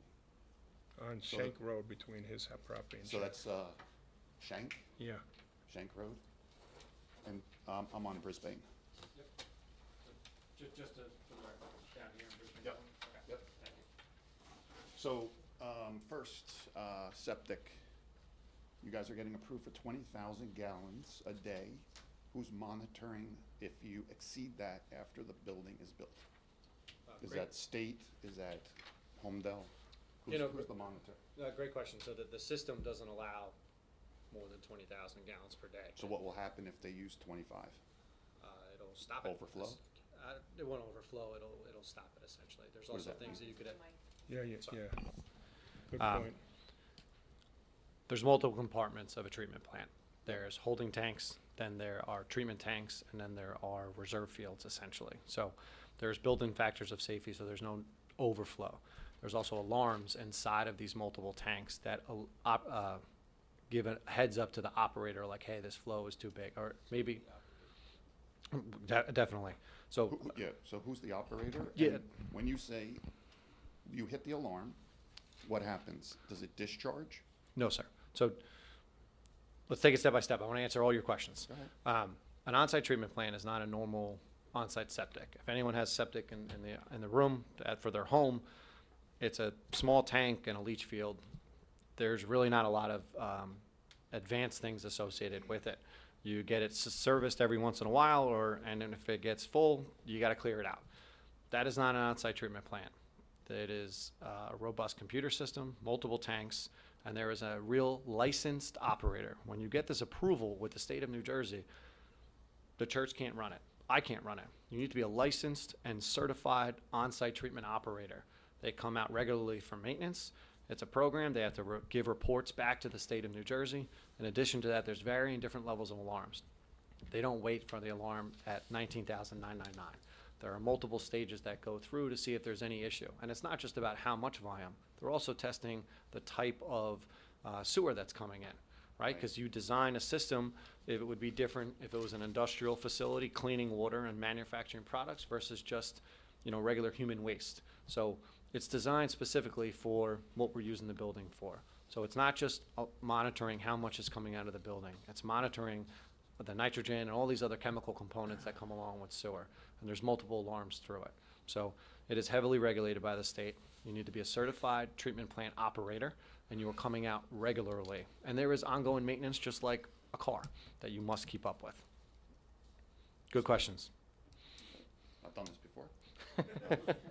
The effluent discharge that goes into, so from the tank, where's the eventual discharge? That is outlined in this box here for you. So it's going into the water basin? This dotted line, Okay, this is the area of the septic field. so that's where it's gonna discharge into. Into the ground, correct. Okay. From the naked eye, it'll just look like maintained grass area. Underneath is where you have the media. Okay. Stop on that. Soccer field, turf, those little black balls, how do you stop them from getting into your water basin? Because we know, been on a soccer field, get on your shoes, get in the parking lot, rain comes, washes it into stormwater management leaks into the wetlands, and now it's downstream, my property. Those things do not disintegrate. So, Not so they stay forever. so the soccer field, like I mentioned, has the underdrain system. So you're not worried about the little pebbles going through the underdrain and then to the on-site conveyance system and to the stormwater management facility. Let's pretend for a I'm second. talking about the ones that are on top of the turf field. Yeah, understood. And They're actually within the grass to keep it so it looks like it stands up like grass. understood. And that you get everywhere. That you can't stop from leaving the field. Again, I agree with you that yes, some will hit your shoe and walk off, but I don't want you or the board to think that when it rains, those little balls are sheet flowing off this site. I'm not talking about the ones that are on the field. Go to the turf soccer fields, go into the parking lot, see how much is in the actual parking lot. Because again, you have to maintenance that property. Mhm. You have to put more balls down every other year, depending on how much of that stuff gets tracked out Yeah, so with all the people. So the same way that, not to get too technical, but a parking lot generates things. It's called total suspended solids. It's not just the little black balls. It's the dirt associated with a car. It's the hydrocarbons of oil and gas and a lot of other things that hit pavement. So pavement is heavily regulated in the state of New Jersey. And we have those 4 prongs of stormwater we were talking about earlier. Those little balls that you were mentioning would be part of those suspended solids. And what happens eventually is it will be collected, conveyed in the underground conveyance system, and as it makes its way, it will, yes, eventually go to that stormwater basin. Just with the rest of all of the hydrocarbons and things that we consider the water quality storm. That's why basins are designed with either treatment systems. Sometimes they have a sand basin bottom that has to be maintained. Should this project be approved, there will have to be what's called an operation and maintenance manual that will then be recorded against the property. It then gives the power and authority to the township to go out there during any rain event and make sure the stormwater basin is operating. And if it's not operating and if there's any discharge of anything, they could do a violation against the property. How often does that happen? That depends on the township. But what we're required to do on behalf of the applicant, there's a schedule. Generally, it's after a heavy rainfall event and at least twice a year. So in the springtime, we're out there a lot. Let me And- jump in here. Please. So the parking lot and all of the impervious area there, including the soccer field, all that water is going into the 2 basins that are on your property. The parking lot that's out there today is going to the existing basin that's out there today. But they're all going to basins. Yes, sir. Is there an overflow from those basins to go into any of the streams? They are overflows at the higher storm levels. So the water quality storm, which is what we're always concerned with, that's the dirtiest water, that is fully collected, cleaned, and put back into the ground. So what forget just the little black balls. Things get in there, right? Like sand, dust, Oil. salt, everything. That top 6 inches of the sand that's at the bottom of a basin will eventually need to be cleaned and replaced. And that's part of the operation and maintenance manual. So any pavement area, the turf, the parking lot, and the building is tributary to a regulated BMP, best management practice. There's already an existing O&M manual on the property for the existing one today. There will be a second one that gets recorded should this be approved. And then that basin will then be further reviewed by someone like Dynamic, and then the township has enforcement authority to make sure that nothing's coming out of it. Mr. Chairman's question was, is there an overflow? There has to be an overflow. That assumes failure of the basin, and the 125-year storm comes. The water has to go somewhere.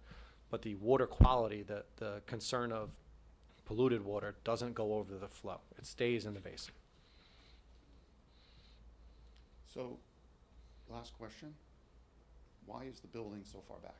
Why isn't it up on 35 or 34, next to the church, where the lower part of the property? Can you do me a favor and just point so I... Closer to 34. Yeah, like why isn't it right here? You're saying there's this, and then there's a retaining wall, and then it's higher, and Yes. it's higher, right? It goes up this way. Mhm. So why don't you put it here, Uh, right in here? This way, all these people, all our houses, are, like, I can't see the church from my house now, but I can see all your parking lot lights. You wanna see lights, come now, because deciduous trees lose their leaves. We see the entire parking lot. So if you put the building here, we would never see it. How many stories is this building? That's 2-story. No, this is 2 stories, right? That's correct. So if we put it here, 2 stories, we would never see the building. We just have the columns and lights, and noise is insane on this property. How many people currently use that? Gonna use that mic. You're gonna have to use the mic. Oh, sorry. What's your question? We don't know. We should add that to the We did, that was. operational Yes. thing, because right now, during the summer, we hear screaming all the time, all Okay, summer long. that's not a question. Well, that's just so you guys know in the operational statement, we can come back to that. Because if there's 10 kids now, and there's 300 when they're having a soccer game, if this is used for travel soccer, and there's cars going in and out all day long, the noise level is gonna go through the roof. So how do we stop noise, and how do we stop lights? Because 50-foot light, how tall are the lights in the current parking lot? I don't know that. That was one Yeah, of Kate's that's something questions. we asked that question already. So I can see those now, so 50 feet I can definitely see. And we know that a net, Question. in the form of a net, what kind of net spans more than 10 feet wide? Has to be 10 feet at least, so you have a pole every 10 feet. You can look at soccer fields that already have the nets on them. We have them on, you're familiar with soccer, I presume, since Yes. you're asking. We've So been are to you the travel familiar with teams the everywhere. town soccer fields, our towns? That's a good example. Capelli Sports Field, you could look at that. Soccer field has the giant nets on Okay, it. please, ma'am, don't talk from back there. Yeah. She's just my nudge. So. That was it, I had no more questions. So we're gonna get a sample of the net, we'll see some pictures, we'll understand that, because I'm not a soccer person, so I don't familiar with Very what they're soccer talking oriented. about. You need to have more kids. Thank you. Thank you. Next question. Thank you. And there was a woman, I think, a young lady, a woman that raised her hand back there, no? You already been up. You're done. I'll have a more complete No, you're done, list. we're after 9 already. I'll have a more complete list of my clients. Some have been added since I knew last. So do we need that now? You have it for the record now? I don't have the full list now. I can email it to you tomorrow. Please. Thank you. Yep, absolutely. And just, Mr. Kaplan, if any of the witnesses or the members of the public do come up and they are your witnesses, please let us know, so they have to go through you at that point. Yeah, they can't ask a question, whoever you represent. Understood. So, just so you all know that, if he's your attorney, you gotta give him your questions, and he's the only one that's gonna answer it. Ask them. Sir, come on up, name, address, et cetera. Mike Daniele, 872A Humdell Road. Sir, it appears to me that most of the questions fired at you tonight are to protect the people around your facility, correct? From lights, noise, septic runoff, correct? I'm not following the question, It sir. appears most of the questions directed to you tonight are to protect the neighbors around this future facility. Lights, noise, That's definitely the runoff. sensitivity of the application, Okay. absolutely. Do you think other neighbors in this town get that kind of respect? Like myself, taxpayer? I'm not fo- I'm- I don't know if that's an I'm throwing a engineering. bad question at you. Let me ask you this. If the swath of plastic, twice as big as this room, was put on the outskirts of that building, maybe affecting this gentleman's property, you think that would be allowed with the runoff? Sir, just to clarify, and I'm Sir, here to I don't understand where these questions Yeah. are Where these going. questions are going, sir, is I live at 870 Homedale Road. The police department has a report this thick on my vagrant neighbor that moved in. Somebody, please don't stop me. Give me a minute, okay? But I don't think He this is the began- no, proper because location I'm for blown this. away by how much protection everybody's getting with lights, little beads of Sir, runoff, protecting this fish is that not- aren't even there, okay? Just jot down 870 Homedale Road. It's not our Okay. jurisdiction, you gotta bring that up at the township meeting if you have a problem. I have. I'm Nobody not- does they- anything. they're And the I've ones that also would have to brought it up address it. with We can't. Monmouth County Ag Board. They think they're making a micro farm there. Anybody here wants to ride by 870 Homedale Road? We Okay, can't, it's a joke. we can't address it, I'm sorry. Any other questions for this applicant? Okay. We're gonna have to have your architect and everybody else at a later Of time. course, And we don't understood. have a date, so we have to carry it to the The reorg reorg. meeting, and at that Without point, we'll further pick a notice. date, without further notice. So what, just, can we announce that date so everyone knows? Reorg date What's is? the date of the reorg meeting? January 8th. It's gonna be, at that meeting, we won't hear it, but that's when we'll pick a new date that we will hear it at. All right, so carried to January 8th without further notice. There'll be no public, further testimony at that hearing. It'll be carried again to another date by this board. Right. At its reorg. You don't all need to come here that meeting date, is what we're saying. That's just our reorg meeting, And that'll be posted on the agenda by the board secretary. okay? Thank Anything you, else? that's all we have for tonight. Okay, folks, Have a we great are holiday. continuing our meeting, so please carry any conversation out in the lobby. You want those taken off, or you want the reduced version? I can scan it to you too, whatever your preference is. Yeah.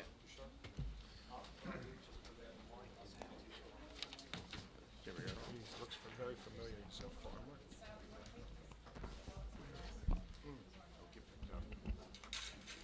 No, I turned it off. All right.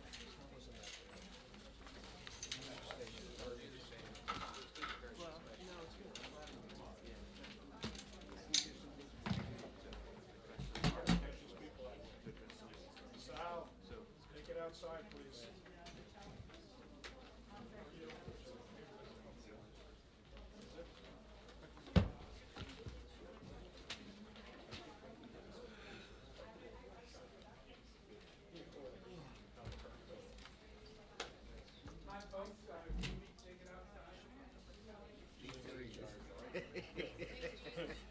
Thank you, Gene. Good job.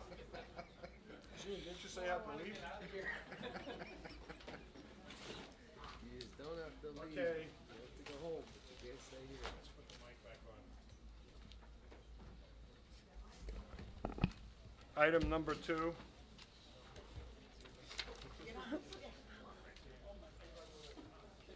Item 2, Zoning Board of Adjustment 2024-6, Sean Cialfa, 3 Falcons Ridge Circle, Block 25.03, Lot 1.01, R40A Zone.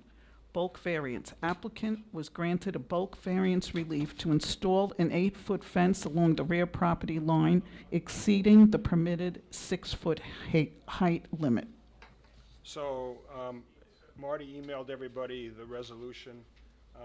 If anybody has any questions, the only thing I ask Marty to talk about is the special conditions, because everything else is pretty much boilerplate. And this one only had, he agreed to the type of fencing he was gonna do. I don't have it in front of me, but it was the double-sided cedar wood. And he also acknowledged that he's in an easement, which he's allowed to do, but he's subject to any issue the township may ever need to do within that easement. We made it a special condition, which was not technically a condition, but we just wanted him to acknowledge that, in fact, he may have to basically, his fence may get ripped down someday if the township needs to do something. Anybody have any comments or questions on that resolution? Okay, can I have a motion to approve? Second, by whoever was here that night. There's only 4 yeses, so only the 4 yes people can. You weren't here that night. Do you have it on the minutes? Dimitri, Jason, and, I'll second it. yeah. I'll second it. Do you know? Yeah. Were you a no vote or yes? No, I was yes. Yeah, you two are yes. I was a no, Yeah, and so, he was a no. yeah, so Gene and Dimitri can have vote. yes. So it's just Francine, Lori, and Vincent. Yes. And John can vote. John, Did you vote yes, John? Was it not, yeah, was it yes? Yes. Yeah, John so was it a yes, yes. yeah. because that was the only way we could. Okay, so we need a second. So you second it, John? Second. Oh, I thought Vince seconded. Oh, Vince seconded? I didn't hear. So, yeah. Okay, so roll call. Ms. Campus? Yes. Ms. Gerhart? Yes. Mr. Giampolo? Yes. And Mr. Marzaka? Yes. Vincent. Yeah. Perfect. If she can get my name right, she can get anybody's name right. Item number 3. New Horizon Properties LLC, 494 Middle Road, preliminary final site plan number 2019-3, Block 56, Lot 1. Applicant granted a second one-year extension of time for an approval to develop the property as a convenience store with a fuel service facility. The property presently consists of a one-story masonry building garage. The applicant proposes to demolish the existing structure on the property and construct a 3,000 square foot convenience store and fueling area consisting of 6 fuel pumps. Nothing special in that. That's just a 1 year, it's a second 1-year extension. Right. So can I have a motion to approve? I'll motion to approve. Second. I'll second it. Okay, roll call, whoever was here to vote. Yes. Yes. Yes. Yes. Yes. Okay, can I have a motion to adjourn? So moved. Second. Jean, meeting adjourned. Gene's at the edge of the seat.